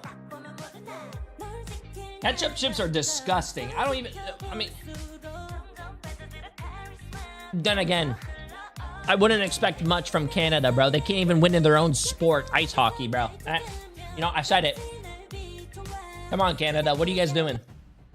Welcome back, everyone, to Marvel Rivals Ignite pre-season. NRG Shock are on the ropes, and 100 Thieves might be going over the top of them with them. As it stands, Sentinels are looking in fine form, and that domination was pretty much domination. I know there was a fantastic effort from NRG Shock. They were able to get up to the 99 there, dog, but really, I thought maybe it was going to go at least to 3 rounds, but Sentinels just seem on top of things here.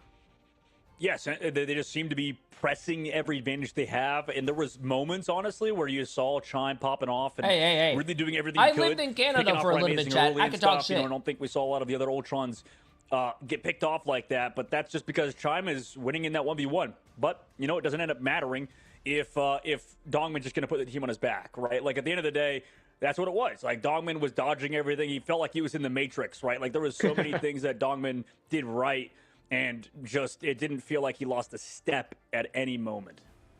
Now, Shib, we were just talking about the importance of Doctor Strange and how you kind of need a Strange, it feels like, with this kind of meta at the moment. Is there a world where we see what we saw in the previous game where Strange ends up getting banned in this pick and ban phase, or do you think that that's a little bit too far right now?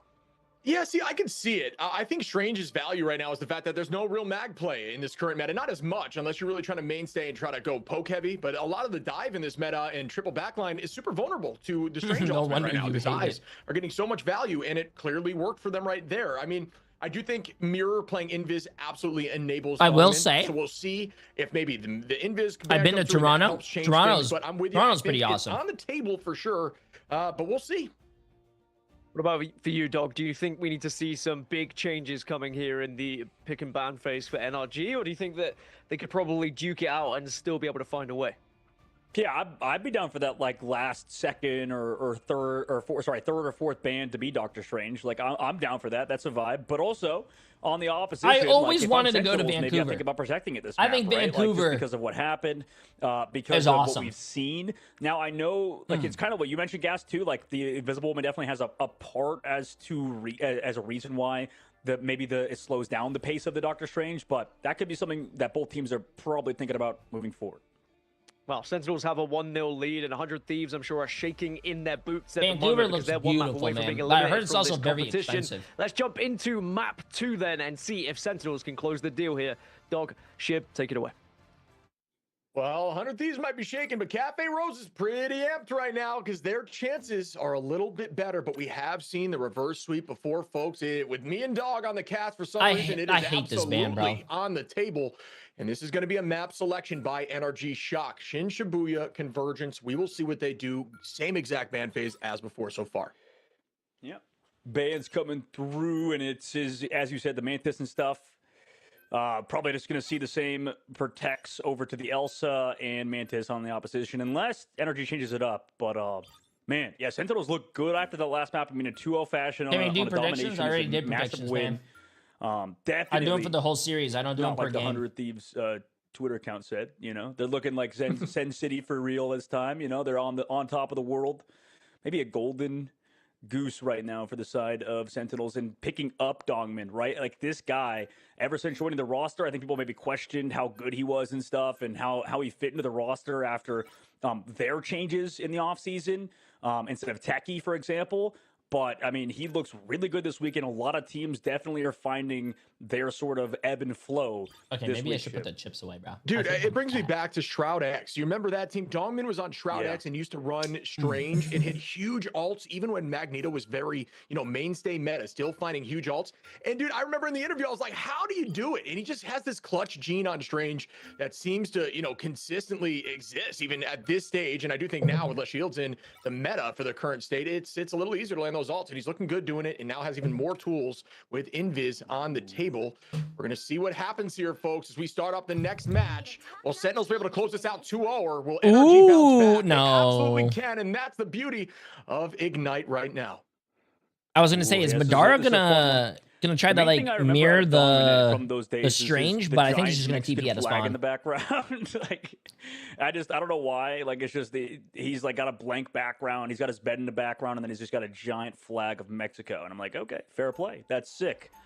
That's sick, but you know this is Modelo, not a buzzball. I hate buzzballs. That guy these days, and it's interesting too that the guy he replaced in Techie. Much love from Australia. Hey, WW, have you seen any OCE Still games? has the opportunity to get picked up for a roster, and I know Sadly, a lot of I am people, asleep during that time, man. After the preseason's done, Shib are looking between at that guy, NA and example, EMEA. I'm already at 14 hours, bro, and I'm dead tired. I mean, there's so much talent in the game right now, and I mean, there's $3 million on the line for Ignite. Everyone wants a piece of the pie. The scene is growing and so hot, man. You know what I mean? Shiv, by the way, yes, you're right, 100%. Sorry, not to ignore what you said, obviously, but I just want to point out that Mir just does this thing that everybody does now, by the way. He's kind of like the original person that does 360s because he's got like high sense and he just loves the 360 like 24/7. It is the most ADHD shenanigans I have ever seen. And he is the reason why all of these kids yeah, there is the same thing. They it's like a 24/7 channel that they do on their stuff. Or I guess your mouse pad, excuse me, where you gotta get a feel for the exact There's no these guys can't, like, I tell you, they can't go for a second. Okay, Sentinels. This is the most high APM game ever. Sentinels is looking pretty strong here, chat, but NRG needs the win this. Spin to see what I can do in terms of what sense feels good for me. But Mirror's able to find one off the rip here, and that puts Sentinels up on the defense so far right off the beginning like that on the Fox. Yeah, what does Cozy say? It's the iPad baby game. This is sometimes it gets like that, and that's why it's such a fun game that we pointed out. The good picks came through early on, like you mentioned. Ultimate's being built now, and this offense needs to kind of set something up. I'm interested to see why they didn't go for the portal play. Maybe got stunned out at the beginning, but they're trying to heavy play around Stinkers, who's now the one playing the Phoenix alongside Chime front to back style. Yeah, and there's some pressure here. Stinkers keeping that damage out. But Rye Amazing with a nice shot there onto Window is crucial in that moment as the pressure was looking to go on the side of NRG. Sentinels now back on top in terms of numbers. Window down puts a 5v6 situation. Ult advantage going to be up here for Renko on the side of Shock if they want to play aggro. But everybody going to have Qs in the moment besides Flame, who is at 54%. Very difficult to charge as fast with Luna right now. Yeah, not running the White Fox, I think, is kind of biting him in the butt until, well, okay, never mind, Crimson goes down. I was going to say the reason why, and Flame goes down to the height, okay, too. They got 2 picks. It's interesting, because this is they got to do this before they TP. Like Team Liquid Citadel do before. They should be playing on, like, the inside angle, but they're just kind of, like, going down when they shouldn't be. Here comes the Glory Truck to the backside angle, but will it find anything here? Oh! Able to find Mirror there. Oh, that's not going to do anything, though, because... Oh, wait, she did kill him. Chime in that Magneto at the moment. Rye Mason going to commit Rage of Ultron, but at this point, energy up in numbers, velocity copies up, and we're going to see something on the point as it disappear.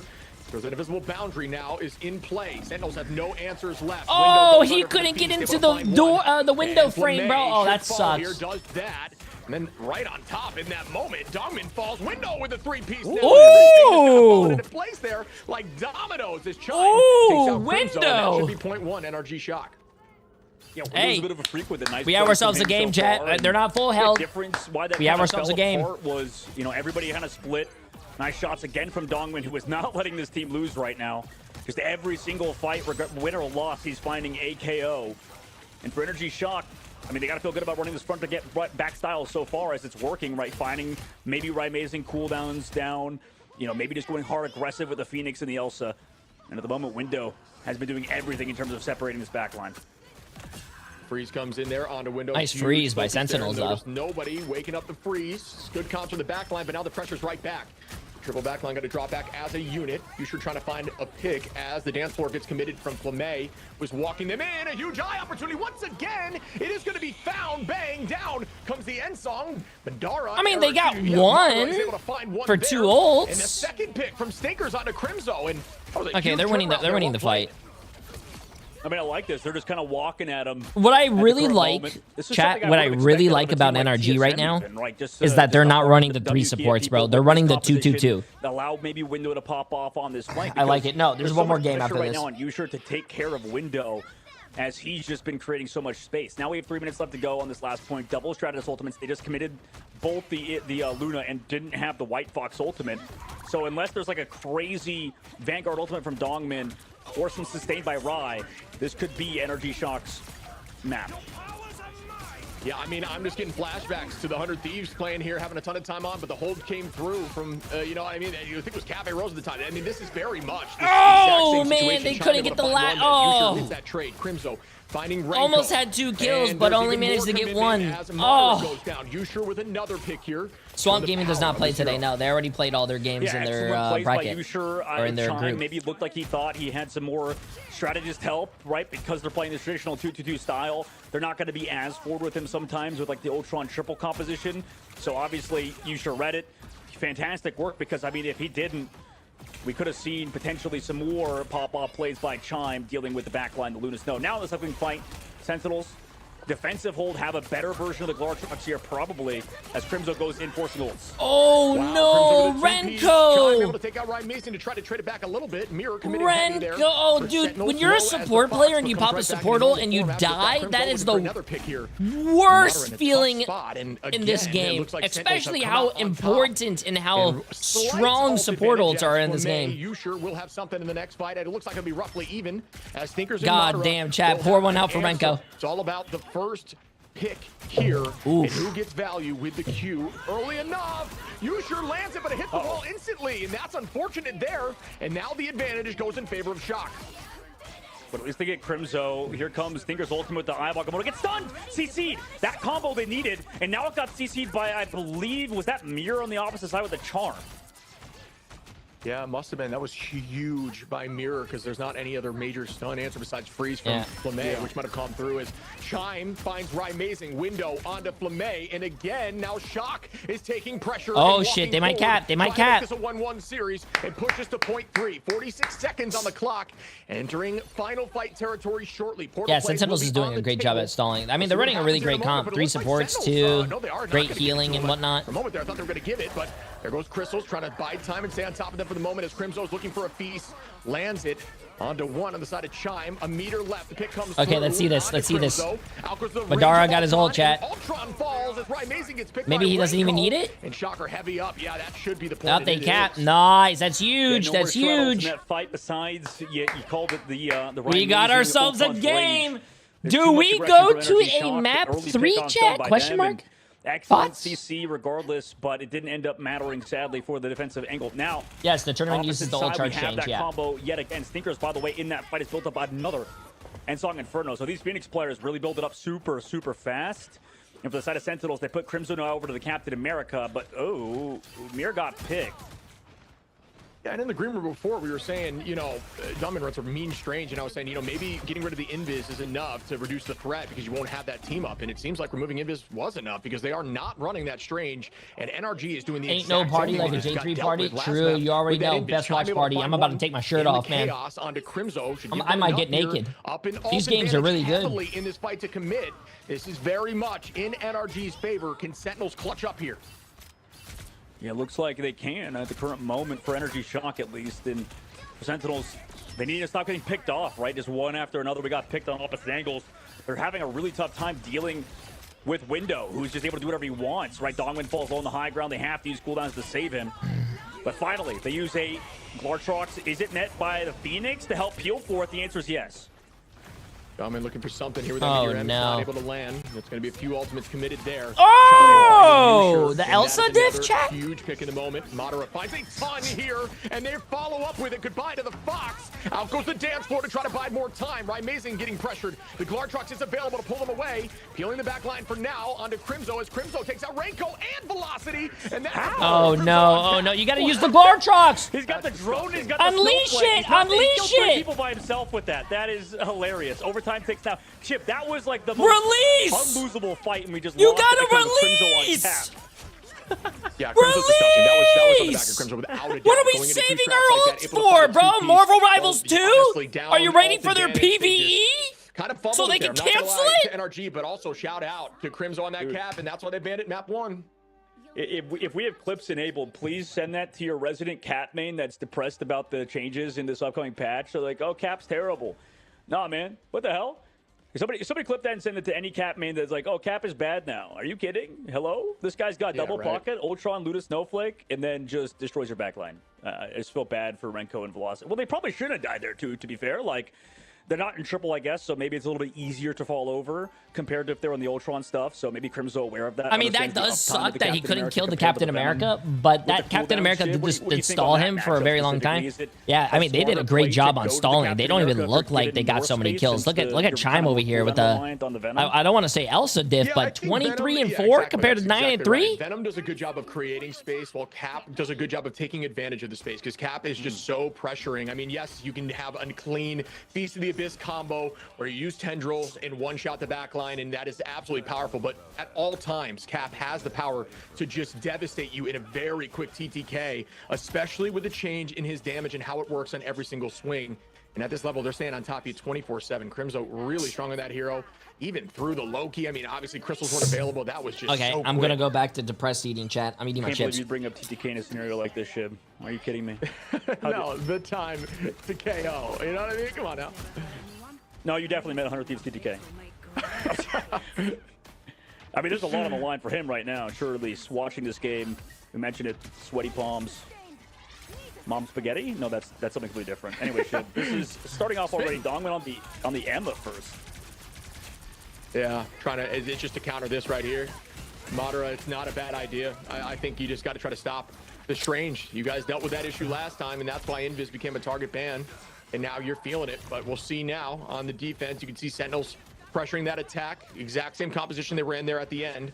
They found some success. Why not keep it going? Chime in the backline right now trying to find Crimzo, and that is some insane shots. Almost gets it done. Has to reload incredibly. Bro, that's the second time he got him very low, but couldn't finish him off. There, but look at these duelists in insane positions now. Just I peppering from all hate over as the a place. DPS player when you get someone so low, they run away and they just for live. a second, gets healed, but okay, Dongman goes down. Right trade back Chime. That else is going back to spawn without any instinct, and then on the opposite side, Velocity's already has that copy. And we can see exactly the copies available. That should buy more time. Now they do have a pretty good stall comp. Madara already... Oh, excuse me. This is actually going to be Dongman who's coming in on the Strange. With an early portal he's again. trying to block the... It's a 3-minute cooldown. You're not going to That's have pretty that towards the end smart. should you need He it. tried to They block believe they're gonna the take this point. They're the playing window. very aggro. They're going to commit a lot here. They need to get this. And they will, as Yusha, Raimazing, and Flamay all get a piece of the pie there. And that is a clean sweep right now. NRG's going to need to hold to try to portal back in. Oh, they have enough time. Oh, nice greens, nice greens. The whole team here, Yusha able to find Velocity. We see another pick, and that commitment from Raimazing might have been a little bit too much. If this touch does come through, and it looks like it is. Okay, well, they tried to touch, but let's see. I mean, a spot by the portal. Okay, Dongman gets stinkers as well coming out of that portal. Blocked it. Lartrox, is it enough? I mean, it brings it away. Dongman kind of dipping back and forth. No, I think Sentinels is definitely going to win this. A fight at least. Huge. Really well played by Sentinels there on that attack. They committed good portal, ult rotation and by they Sentinels. needed to win that fight. You cannot lose it there, or your Yeah, team is in trouble. And Dongman that is really probably. good I think. dedication and getting it done. And we I can remember look at watching shot. him on Strange, And bro. He even actually on might be tier one of the best compared to Strange I've Sentinels, but ever argue seen. Crimzo's a little more valuable right now. Will charge up that backline, that triple backline, giving them a slight advantage potentially here in percentage. Window going to be close to 70% as well. I'm a little bit more worried, I think, on the defensive side. I don't think they noticed that the Ultron ban. Window's just stalling the point. I would say is kind of biting him in the butt, because realistically, if it's slow played by Sentinels, if they play the angles correctly, keep Crimzo alive, they should have a pretty big edge in the long term as long as they enable Dongman like they've been doing, and Yusha. Oh no, Window is a great start for the side of Sentinels who want to keep the momentum going. Good movement there. The movement was insane. Getting down to less than 100 HP, able to move around to juke a lot of that, come right back. Backline keeps him healed up. Apex Predator available as well. We're going to see how big these ults are. I think this worked on attack, way easier because you're on the aggression. You don't have to hold space necessarily. But now on the defensive hold, I mean, there's so much healing coming through. Oh, you good already dive lose by time Crimzo. without this triple comp. You can't keep him alive. Crimzo's just so good on this hero. There's just so much value right now. I can't stress it enough. Pick, space, own it, everything right now. They can't seem to drop them with the drone. And then you get the damage boost from the drone with Ultron and the recent changes. And that just enables Cap even more to be more pressuring with those melees. We're going to see now if anything can come out of this, but NRG is bouncing back now, seeming to own Hey, it's a this good hold by NRG Shock though, really. Time. Oh, that's a huge pull there from Oh. Ringo to find Dongman in the mix. A lot of people are critical as the Fox gets unleashed now. And Crimzo, what do you know on that backline? The backline already has the patty cake in focus. Crimzo already out. And once again, the team's going to reset, but the space is taken and it's moved 20 meters. I mean, these ults are just coming out a little bit too late. Like, I feel like the comp's a little bit better. But in your running triple threat, oh my god, the movement by like the Elsa players are clean, timing dude. to save Dongmin. Obviously, he took a little bit too much damage, but they're running 2-2-2. You should expect that much damage. Oh. And speaking about damage, Stinkers again, another pick off. Sentinels, you know, maybe I'm gonna get a little worried at this point if we're getting picked off this many fights in a row. Yo, this might be really good, bro. This might be really good for NRG. We'll begin again. NRG does have advantage of positioning and an ult, and this is the position you kind of want to take these fights for a while. You need to buy time right now. 2 minutes available here for Sentinels is a lot on this attack. Think like 4 fights. You try to think like 30 seconds a fight roughly, and then you have a portal play to potentially make it that 4th fight should you need to. We'll see what it looks like here. Amazing, trying to get that alt charge, 86% and climbing. I'm gonna get rid of some of those clones.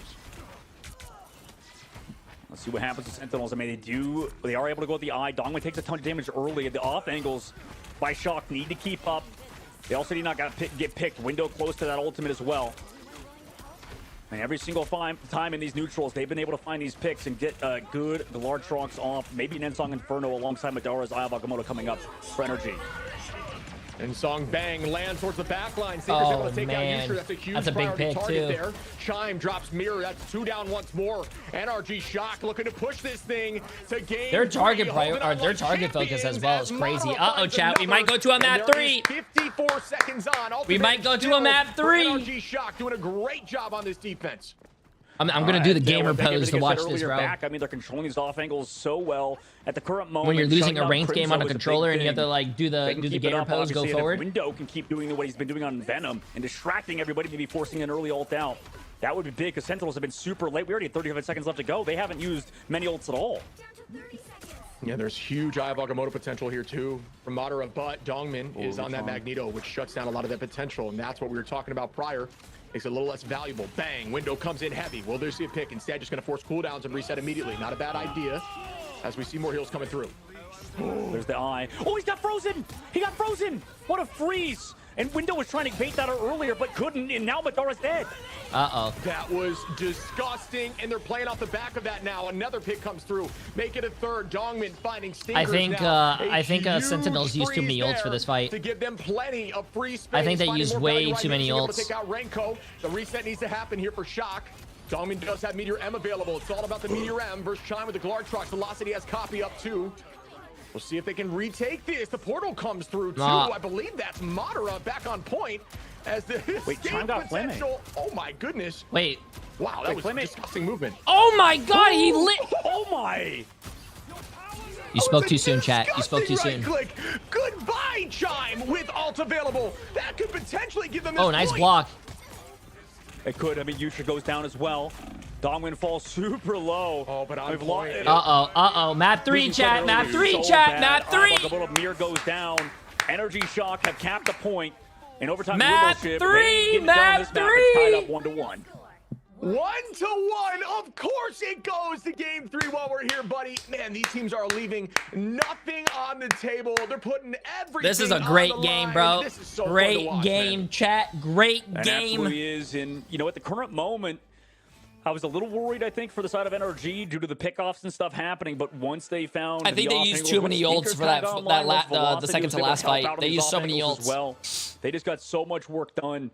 And this team, I like it when they play the 2-2-2 style. You know, hey, Velocity! Them, sure, what are you doing in my chat, bro? Focus up! You know, both of these he just wanted to come brag that he's MVP, 22-5, 52,000 healing. By the way, hey! So realistically, Energy Shock, I think. Get back in your game! What are you doing?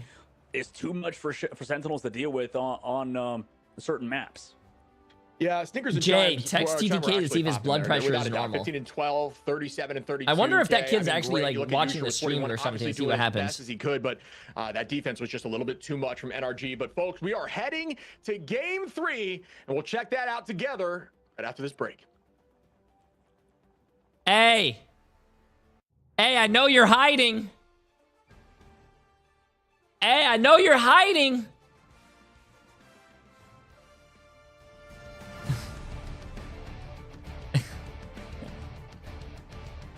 Okay. What you want? Yo, TTK. I need to tell you something. I need to tell you something in a calm, cool, and collective manner. Why did you guys lose today? You guys were supposed to win! Why did you guys toss, bro? You threw it back more than I do on Tuesday nights. Come on, man.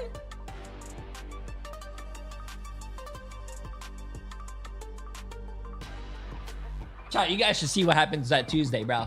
Oh, man, it goes wild. No, man. What happened? No, why do you say you're not going to say anything? Be honest with me. What is it? What is it? Because I don't know if Twitter is right or not, but every time I looked at Twitter, why is it that I see your coach in an AI outfit of McDonald's working the fries, bro? What's going on, man? What's going on?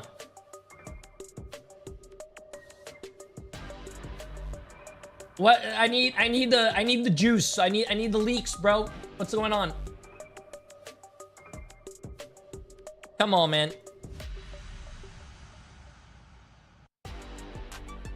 I need you guys. Wait, chat. What do we need? We need Sentinels to win to put. Ooh, you need Sentinels to win to go to the playoffs.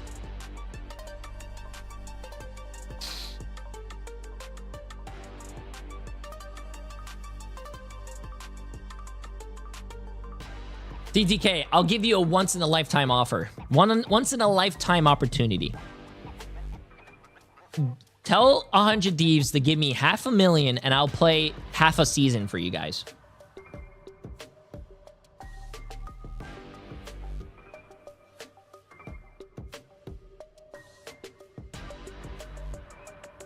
Wait, what do you mean we good, bro? What?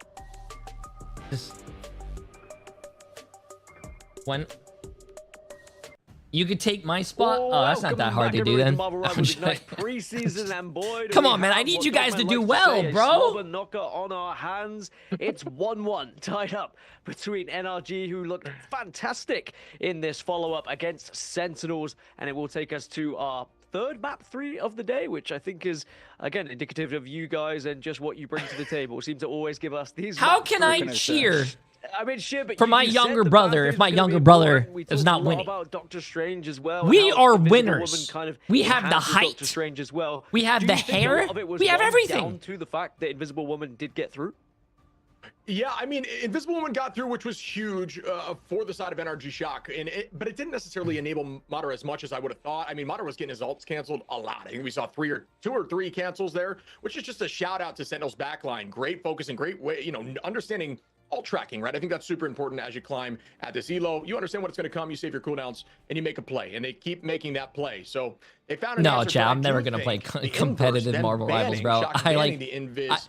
Chat, my favorite thing to do is to sit here with you guys and talk shit. And it just wasn't. I don't want to be in the game because I don't want you guys to talk shit. You guys already talk shit to me when I'm streaming. I don't need to hear more. I like streaming. Into this final map.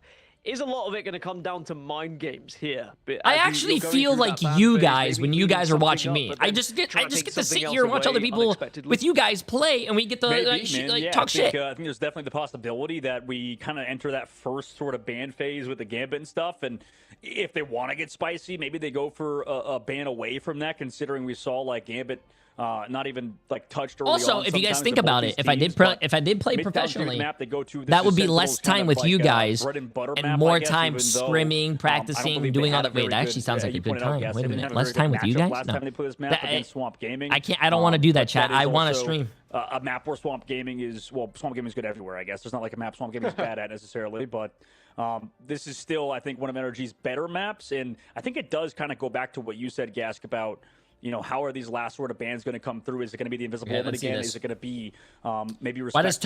Why does nobody pick Tokyo 2099? You have to look at the map pool. I don't know what the map pool is on the top of my head for this stage. Of energy.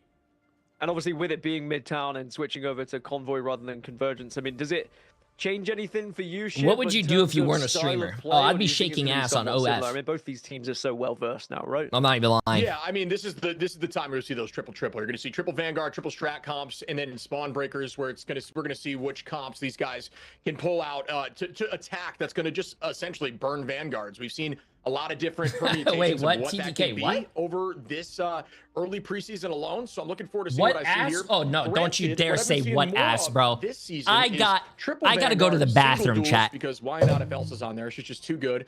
And then double backline, and then you just farm your ult super quick because you have so many Vanguards to heal.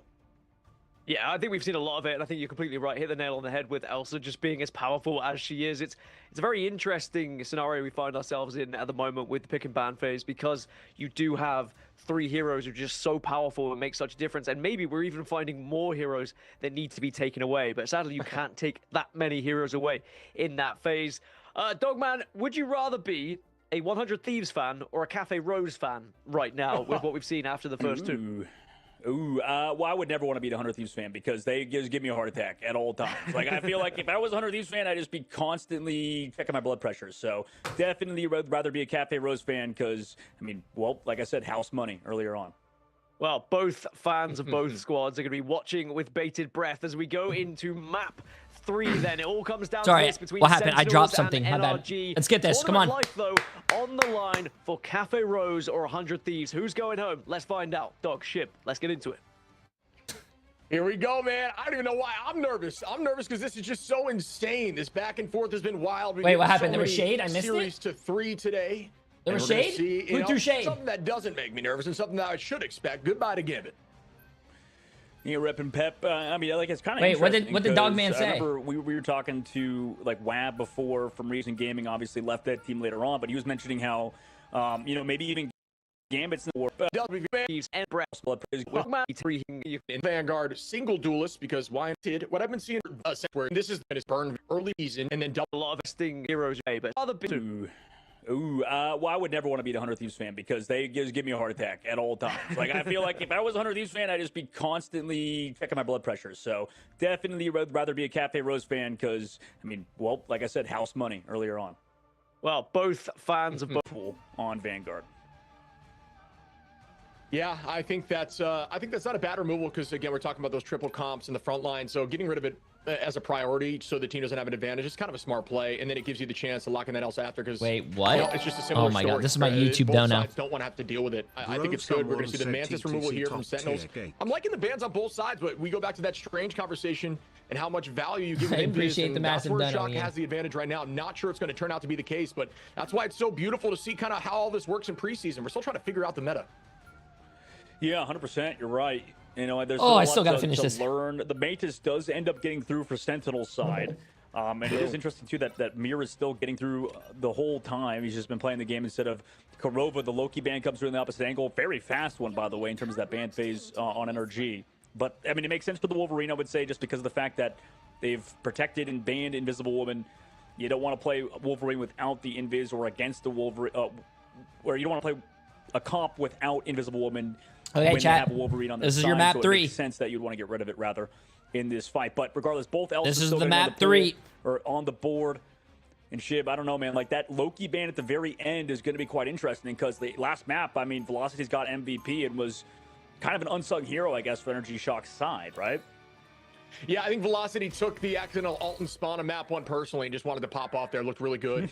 Obviously, there in map 2 and came out on top. 51k healing. I want to stress, and something that we didn't really get a chance to talk about after. The next closest being 38. That is absolutely obscene. That is 13k more healing, and that's a lot at this level of play. So really well done there with the Loki.